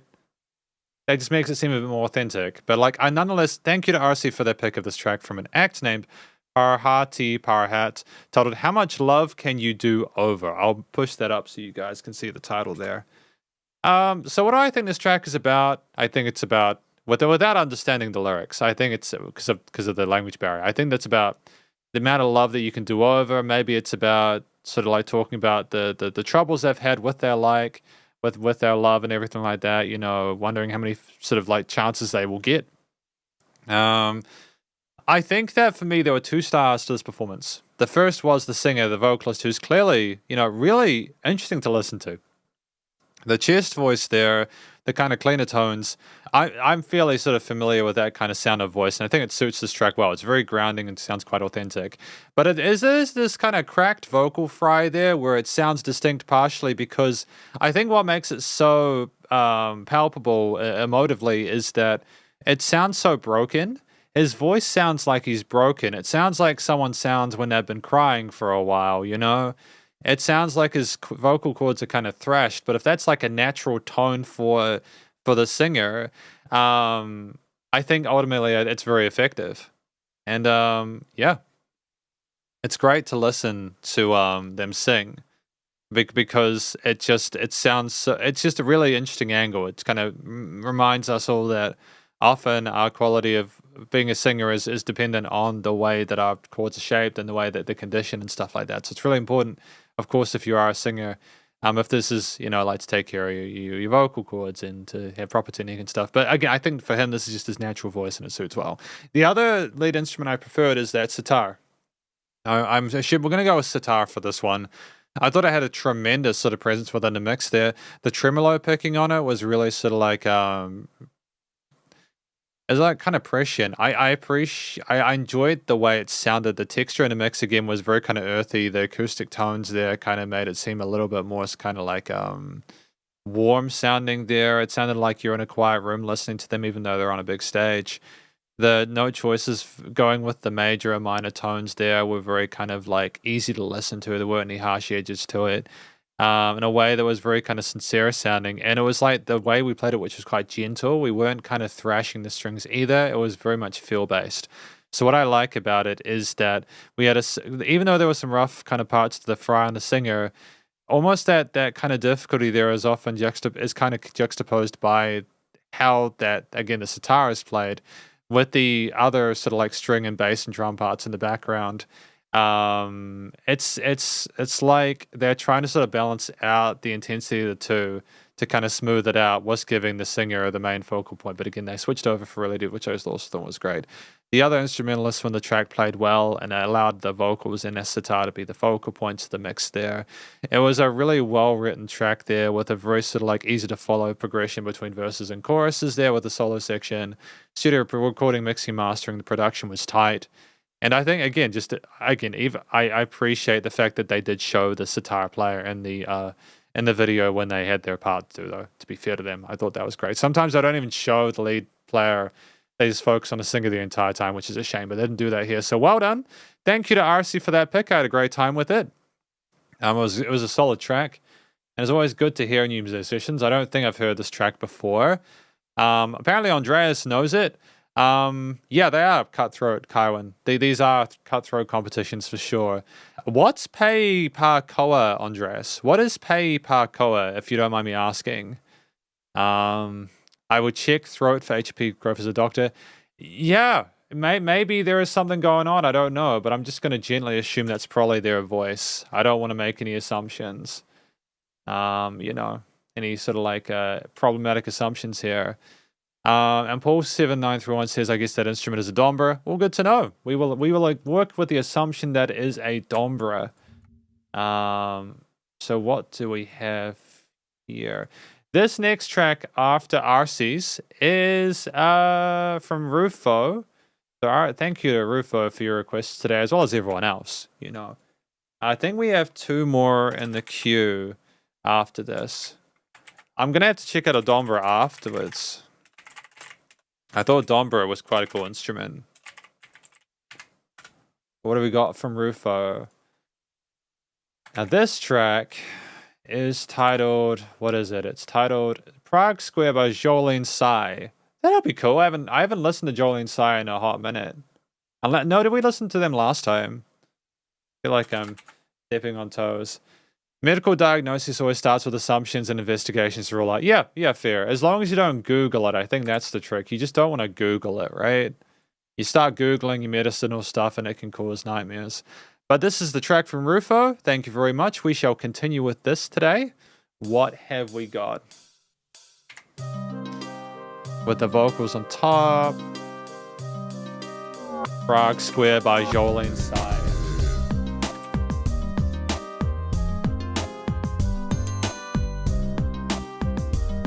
We have listened to Jolene Tsai recently, haven't we?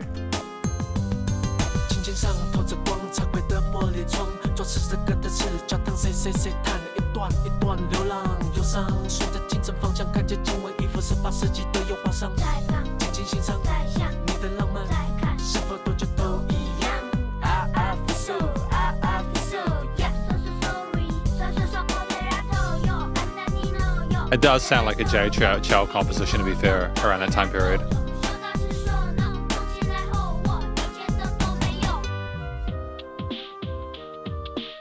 It's actually been a hot minute since we've had like J Chow in these live streams, eh? Like, I remember when a lot of the stuff we did was J Chow and we couldn't escape it in the fan requests. And now it's like a sometimes thing. I don't mind that. I think it's good to listen to other musicians, but it just like reminds me of it, yeah.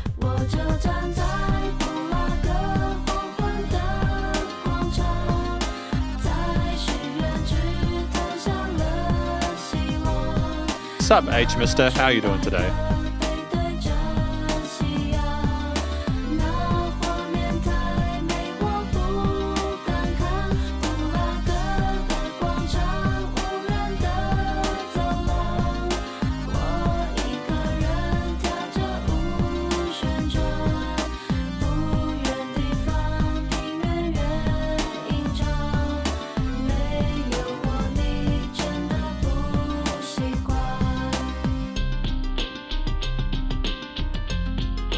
And that'd be a guitar, right? That's like a filtered guitar, right? Like a plugged instrument, like a harp, right? Actually, it'd be a harp.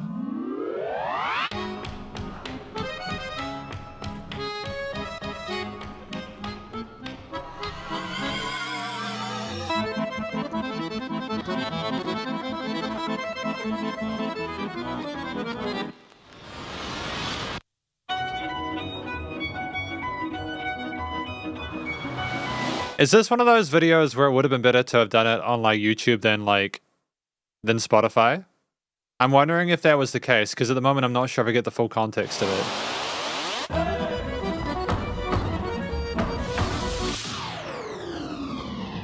I will start at Spotify now, we'll continue with it.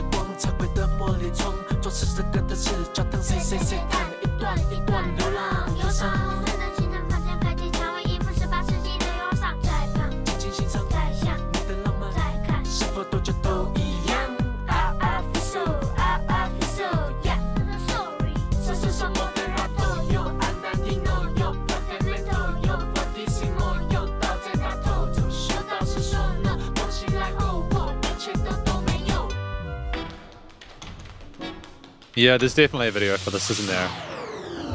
我就站在不老的黄昏的广场，在许愿池投下了希望，那群白鸽背对着 I'm still enjoying it, don't get me wrong.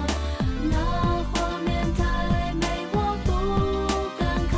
布拉格的广场，无人的走廊，我一个人跳着舞旋转，不远地方，平原越隐藏，没有我你真的不行。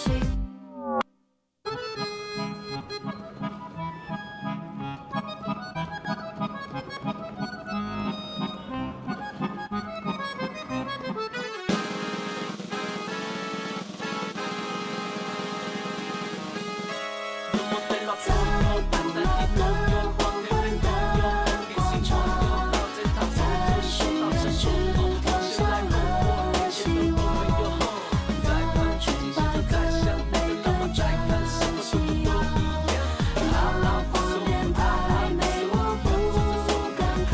布拉格的广场，拥挤的剧场，安静山上一起来看。我在街上，你在转看什么我就看，这是故事最后的答案。 And back to the harp and the 808 bass line with the drums. Okay, so that was a track from Jolene Tsai. I think it was written by Jay Chou, if I'm not mistaken, according to what people have mentioned previously. Titled Prague Square. Now, what do I think this track is about? I think it's potentially about, given the accordion and the buzz rolls and like maybe the show that's going on. Maybe they're seeing a show with lots of different styles of music, or like the accordion and other ones being like sort of a main focal point. I think it was potentially about like the pressures of writing music and like the pressures to conform to certain styles of music, maybe the different styles that they heard there, trying to sort of like decide what to write. I mean, either way, I think it was an interesting track. There, it is very much Jay Chou though. Like, I think it's one of those tracks where you need to watch the video to understand the music in a certain sense. Because like with most tracks, you wouldn't necessarily have those breaks without there being some sort of like context to it. I suppose if you understood the lyrics and everything like that, you'd maybe be able to sort of like understand it. Like they're talking about musical terms like portamento and fortissimo and stuff like that. But ultimately, it comes down to, I think, again, audiovisual experience. Nonetheless, I did appreciate Jolene Tsai's vocals there. Had a kind of sweetness and sort of innocence to her voice there. We harmonized really well on top of the existing chord progressions, everything like that. And we had a great presence in the mix there. Nice use of double tracking for a bit more oomph in those chorus sections there. We typically Jay Chou, to be fair, was rapping the verse parts though, and we had a great flow on that front. He was very sort of like comprehensive with the way he sort of spat his lines and everything like that. They were very easy to listen to. Similar, like it's a familiar flow to a lot of his like 2000s stuff, like the early 2000s stuff on his first few albums. So again, it seems like almost like it could be put in that album, and you wouldn't necessarily know. You know, it's very sort of like yeah, it's recognizable. It's familiar to me. I think that the way that we, yeah, low battery. I know, I'll switch it in a moment. We Jay Chou took turns either rapping separately with like Jolene Tsai doing kind of like call responses, or we came together near the end there in that last chorus section after that last break and sort of like filled the track up neatly until the end there. Great use in there, 5 minutes to be fair. The track itself typically sort of like had like accordion elements there to kind of show maybe a bit of Prague there, the feel of it there. Wonderful sort of like portamento to those styles there. Great sort of romanticism to the tone of it. But like a lot of the track was all about the kind of the sort of hip hoppy kind of drums there with the kick snare and cymbal patterns there, a bit of filtering there and parts to make it a bit more low key, bring it up with other parts there. Great sense of unison to also to mention with the accordion with the vocal parts in those chorus sections was Jolene Tsai's sort of clean sort of melodies on top there, or some of the double track stuff. The bass lines nice and thick and sort of full sounding with the 808s, so like basses and like they synth basses, should I say, and they niche neatly in the bottom of the frequency spectrum there, supporting what was going on with the chord progressions with some of the harp parts, like the harp motif we had at the start and all that. and some of potentially some key parts we might have had all together as well. It was an interesting composition there that was trying to sort of cater to needs of Jolene's vocals. They're providing Jay Chow a ground bed to continue doing their sort of stuff with the rapping in as well. And I think it was, well, there was a great collaboration there. The overall theme, again, sounded like they were trying to explore maybe Prague, Square, and the music from that side of the world. They're trying to incorporate into this music, make it seem a bit more sort of sophisticated.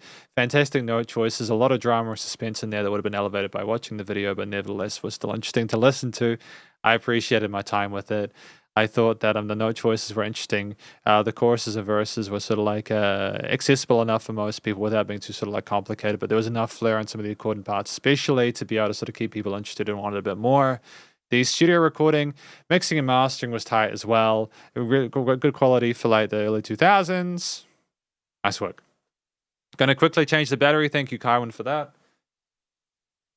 Well, I think we've got time for a couple more tracks, if I'm not mistaken.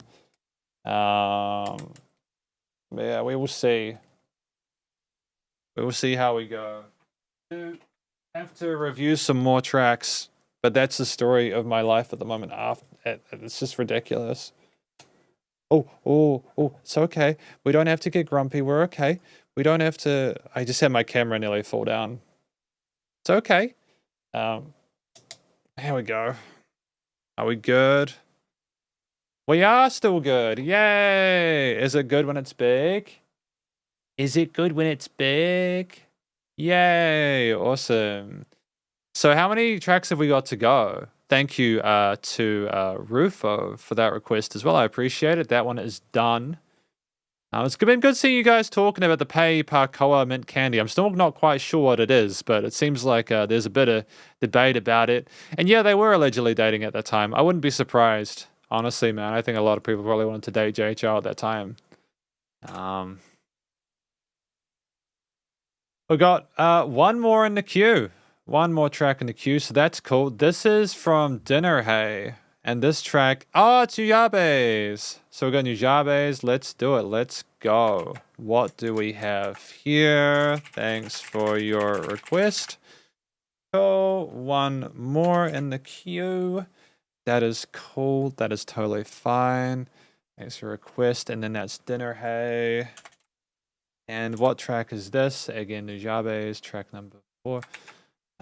Pretty sure.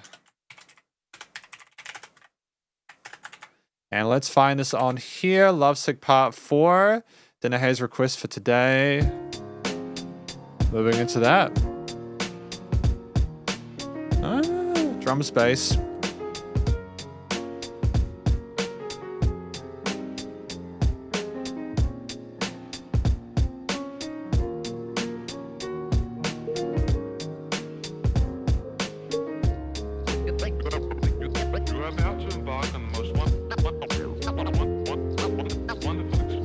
Great chopping here as well.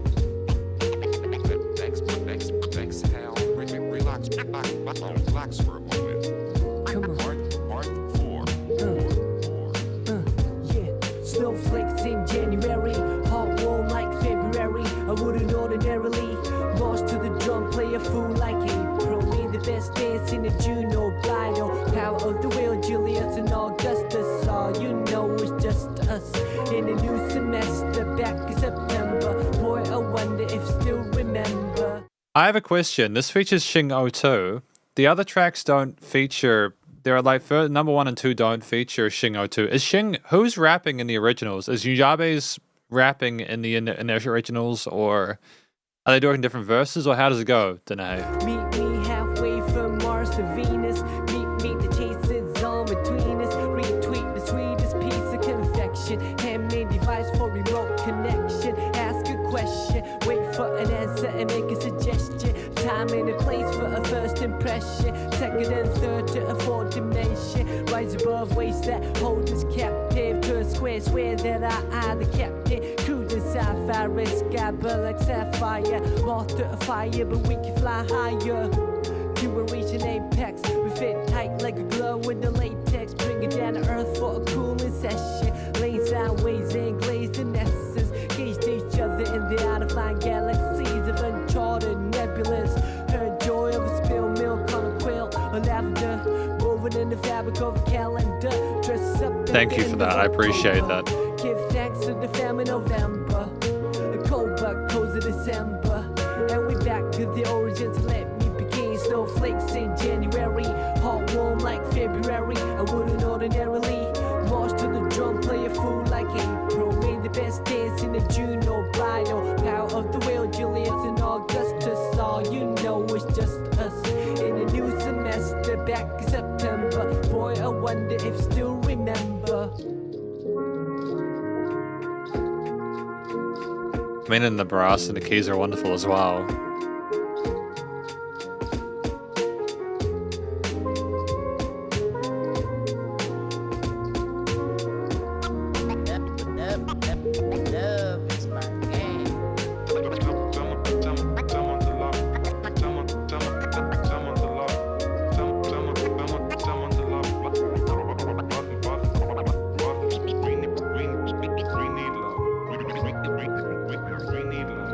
It's just that turntablism as well that kind of gives it a lot of personality, those samples in there as well that I really appreciate.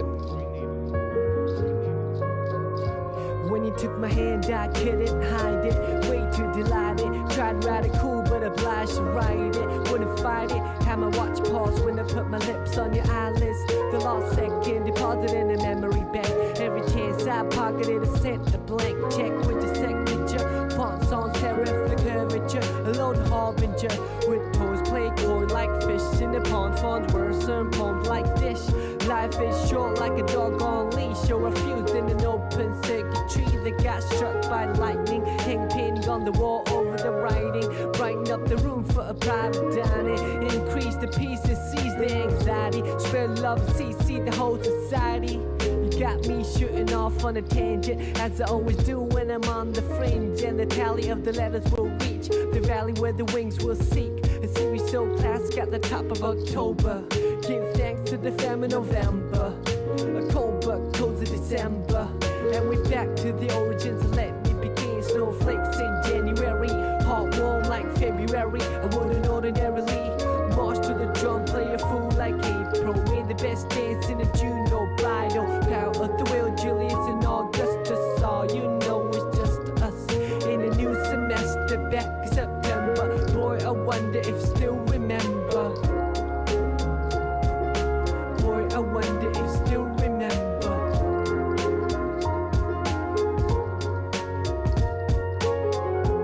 And just allowing the beat to carry us out.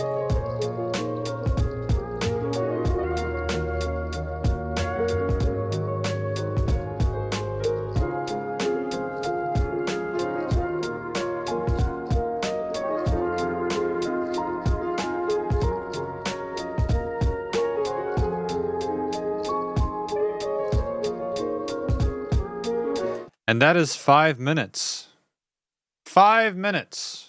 This track from an act named Yujabes and Shingo 2 called Lovesick Part 4 featuring Shingo 2. Now, thank you to Blue Dinner Box Dinner Hey for this track, for this request. It's just bad naming or rapping comes from Shingo 2. I think he's a great rapper. I mean, these are going to be similar comments to what I've said previously from Nujabe's stuff, because we've reviewed a fair bit of Nujabe's material at this point, especially in these request live streams, which I have personally appreciated.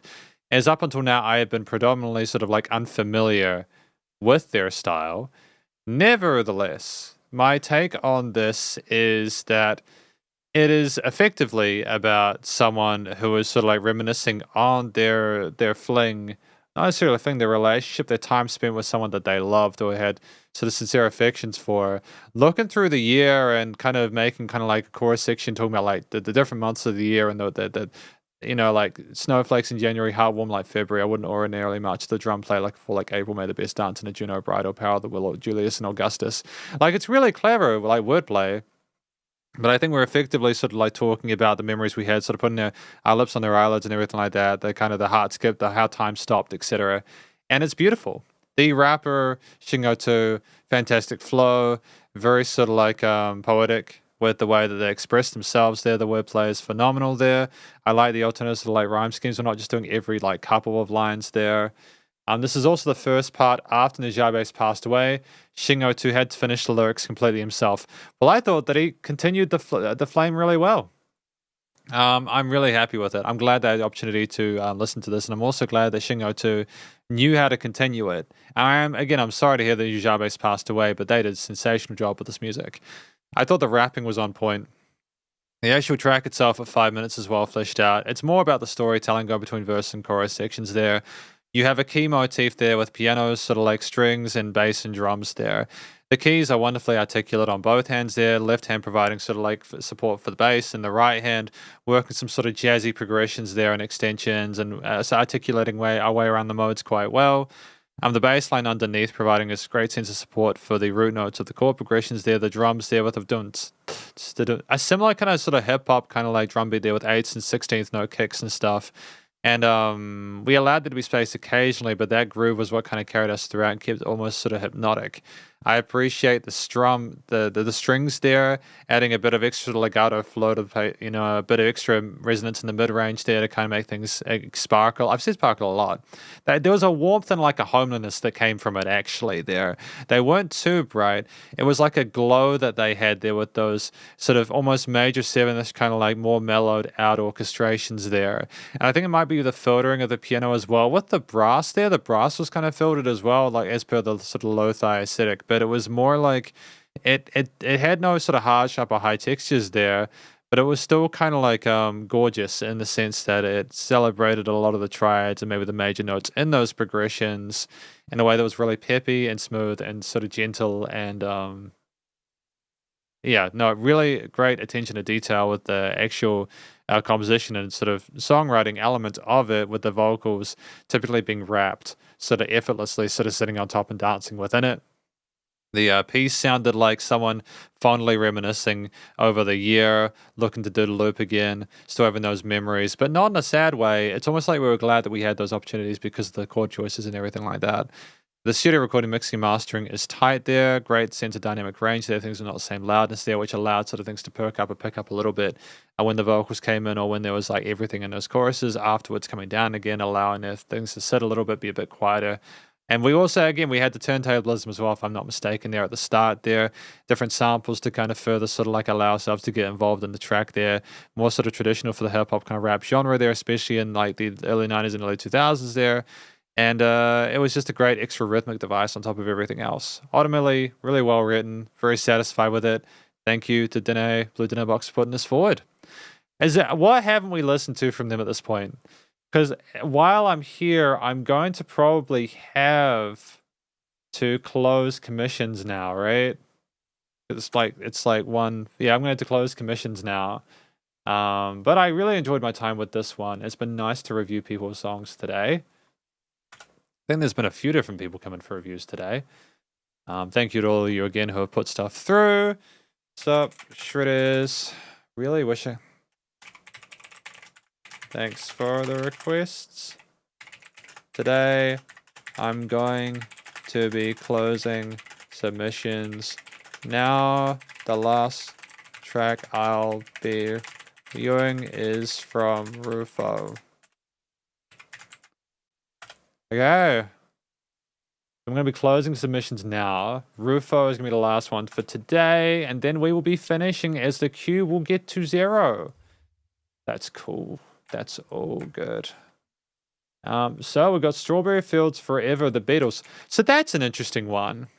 So we're going to be reviewing the Beatles. Now the Beatles, typically, they get blocked automatically. But we will see how we go with that. I'm sure it'll be fine.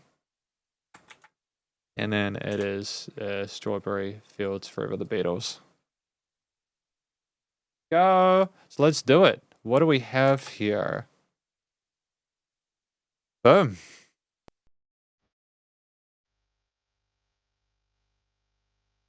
Oh.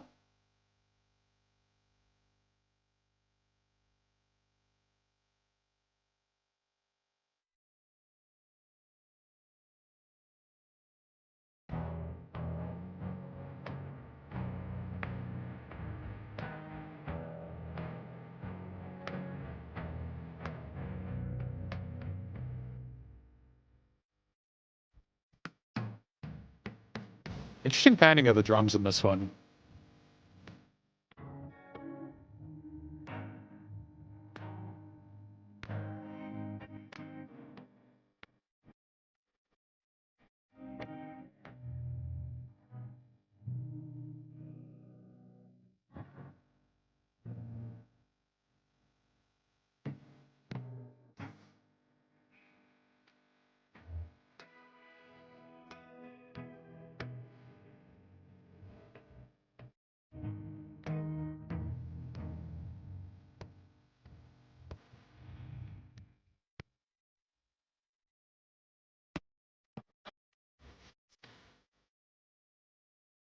It's quite psychedelic, isn't it?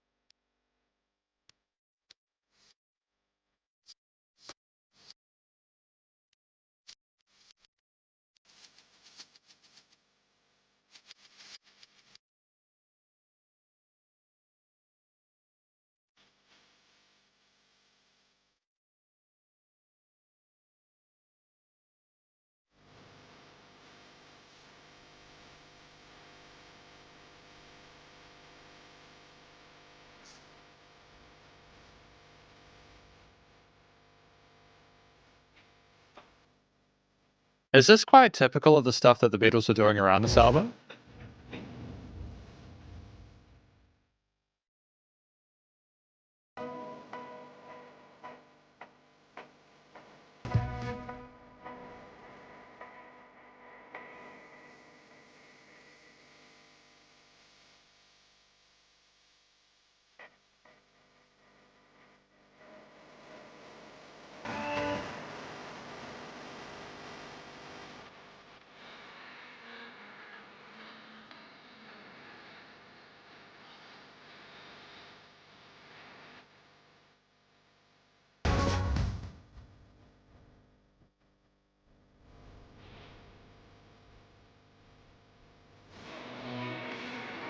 So I assume that these are probably the Strawberry Fields musically, right?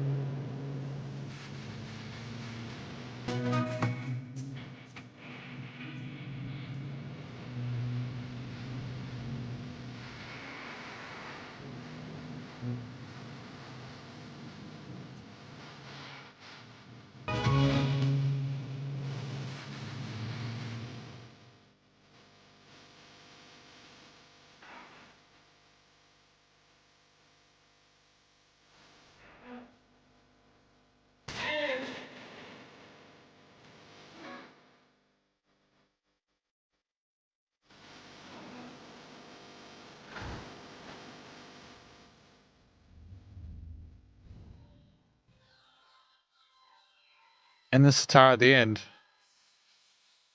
This is one of the most unusual tracks that I think I've heard from the Beatles. Thank you to Rufo for requesting this track for an act in the Beatles titled Love. I don't think it was released in 2006. What do I think this track is about? Let me take you down because I'm going to Strawberry Fields. I think that this is potentially about them going on like a journey, either literal, figurative, maybe sort of taking some psychedelics and going into like sort of a trance-like state or like imagining things. It's like a fantasy thing. And they're inviting people to go along with that. And they'd know if it was real or not. They'd know if it was a dream, right? But they're kind of just talking about this kind of fantasy land that they're discussing here. They don't really... It doesn't matter much to me. It's getting hard to be someone, but it all works out. Oh, okay. So it's basically about like closing your eyes to everything around you and imagining that things aren't real. And it's kind of like going to Strawberry Fields where there's a place where nothing affects you and everything like that. And sort of maybe a sense of escapism through this lyrically. So that's kind of interesting. I think that I'm unsurprised. Like, it's a good thing to talk about. It's like a cool sort of concept to discuss within a track. Strawberry Fields Forever, insinuating we never actually want to come back from that place. I thought the vocal style was fantastic. We showed solid sort of head and chest voice there. I think that especially some of the falsettos near the end with the kind of hey, hello, the parts there with the chanting were kind of dope. Going into a falsetto there, effortless. You know, it shows their ability as singers and songwriters to be able to sort of not only work together, you know, when they just sort of like chant, sort of like have a sort of a catchy part of an instrumental section after like 2 minutes of it, but it's also the storytelling through the piece, which, I mean, effectively this almost feels like it's sort of like through composed, but there's There's just so many instruments within this. There are so many instruments. It's such a complicated composition there. Like with a variety of different guitar, bass, drums, sort of flute parts, sort of sitars and belltries, and pretty sure there's some keys in there as well. And to go through each of the parts and how to sort of intertwine. This is more of a song where like you had things establish a set chord progression and bass line and drum sort of like movement and everything like that. But it was also a piece where ultimately it seemed as if everything was sort of like a piece of a puzzle as opposed to a continuous kind of thing where we're trying to paint with sounds to kind of create a sort of a more alternative sounding arrangement there that really did allow for like overlapping of different solo elements within this like part later on. And we like had harpsichords and different string parts on the other side doing call and responses, and like something with tinkle on that side there. I would say it's almost trying to sort of like get someone involved in the journey to the strawberry fields and then kind of afterwards kind of flourish them out. It's a very cheery sounding piece with major sort of like a major focus there. It's like we're celebrating our want to not be sort of involved in what's around us, as if it's more positive to be there forever. Maybe they're celebrating deliberate ignorance. I'm not sure, but either way, I'd need more time with this track to really sort of flesh it out. I feel like there's just so much there that this is probably one of the most compositionally complicated Beatles tracks I've ever listened to. It would have been a huge sort of thing for them to write. It would. This is where I get a real respect for the Beatles because of how they're able to sort of stitch all those different textures and niches together. It's amazing. I think it's awesome. They're a great band, and yeah, I understand the songs like this are why I understand why so many people like him. You know, able to pull off stuff like this, it's great. So. I suppose if I was to talk about a few, I mean the drums, if I talk about a few of them just for the sake of keeping sense of continuity for these compositions or these conclusions, the drum parts with the verse sort of shuffles there, the kick, snare and hi-hat patterns there were great and thrilling throughout there. We understood when to allow breaks and when to keep things moving with those 8th and 16th patterns there. I think this track first released in 1967. See, it's just so ahead of its time. It's so ahead of its time. It paved the blueprint for a lot of progressive rock and everything like that later on. They're unbelievable. Now they're incredibly talented musicians. Some of the kind of the harpsichordal stuff there kind of illustrated a sense of sophistication and sort of like fancifulness. Like it's almost like a big band kind of like royalty. This is the royal Strawberry Fields, you know, like a sense of regality to it, which is kind of engaging. There's some classical elements alongside it. The joy of the vocal performance, especially near the end, though, the celebration of that, with a bass line that typically, again, followed the root notes. Maybe it sort of moved around a little bit through the scales and modes, but was sort of supportive of the chord progressions there. And if we try one more part there. Let me take you down, 'cause I'm going to... It was also, again, the keys there and how they swum around the sides there. Parts went around the stereo field and surrounded you in the headphones. The stereo production and stuff was tight, especially for 1967, you know, like I know it's potentially a remaster or whatever, but still, man, the studio production is absolutely tight. Just the sound design with the drums being nice and wide and sort of things going around the place and the automation of things there, as well as just the niching of stuff and the frequency spectrum, the leveling of the mix was tight, nice and loud, dynamic range to it. And it sounded a bit like we were going on a trip somewhere, maybe through like some sort of like some prohibited substances, but either way, yeah, I feel like I need more time with this. I didn't know listen to really give an educated kind of conclusion to it, but regardless, my first impressions are tight, interesting track. Thank you to Rufo for suggesting this piece, and thank you for watching this video or this live stream of me reviewing tracks. I would assume Rufo would be a remix. Hopefully, if you watched this video, you found some new musicians that you liked or some songs that you liked. If you sent through a request, cheers for doing so. I appreciate it. It was a great pleasure to review your music. The next one of these live streams will be in 2 days' time. Remembering if you're an SB patron, please send through your requests so that I can do those. I'm not going to be doing them this week. There's so much Fiverr stuff to do. So much, but I'll get into that next week, patron stuff, and also there should be subtitles if you guys need it to be burned in. We can talk about that on Patreon. Maybe put a video up exclusively on there. I don't know. But hopefully you guys have a fantastic couple of days. stay cool, stay safe, and please remember to support your local musicians at this point in time, as they help more than ever with all the crazy stuff going today in the world. And I'll catch you in the next live stream. Spiderhands out. 3, 2, 1.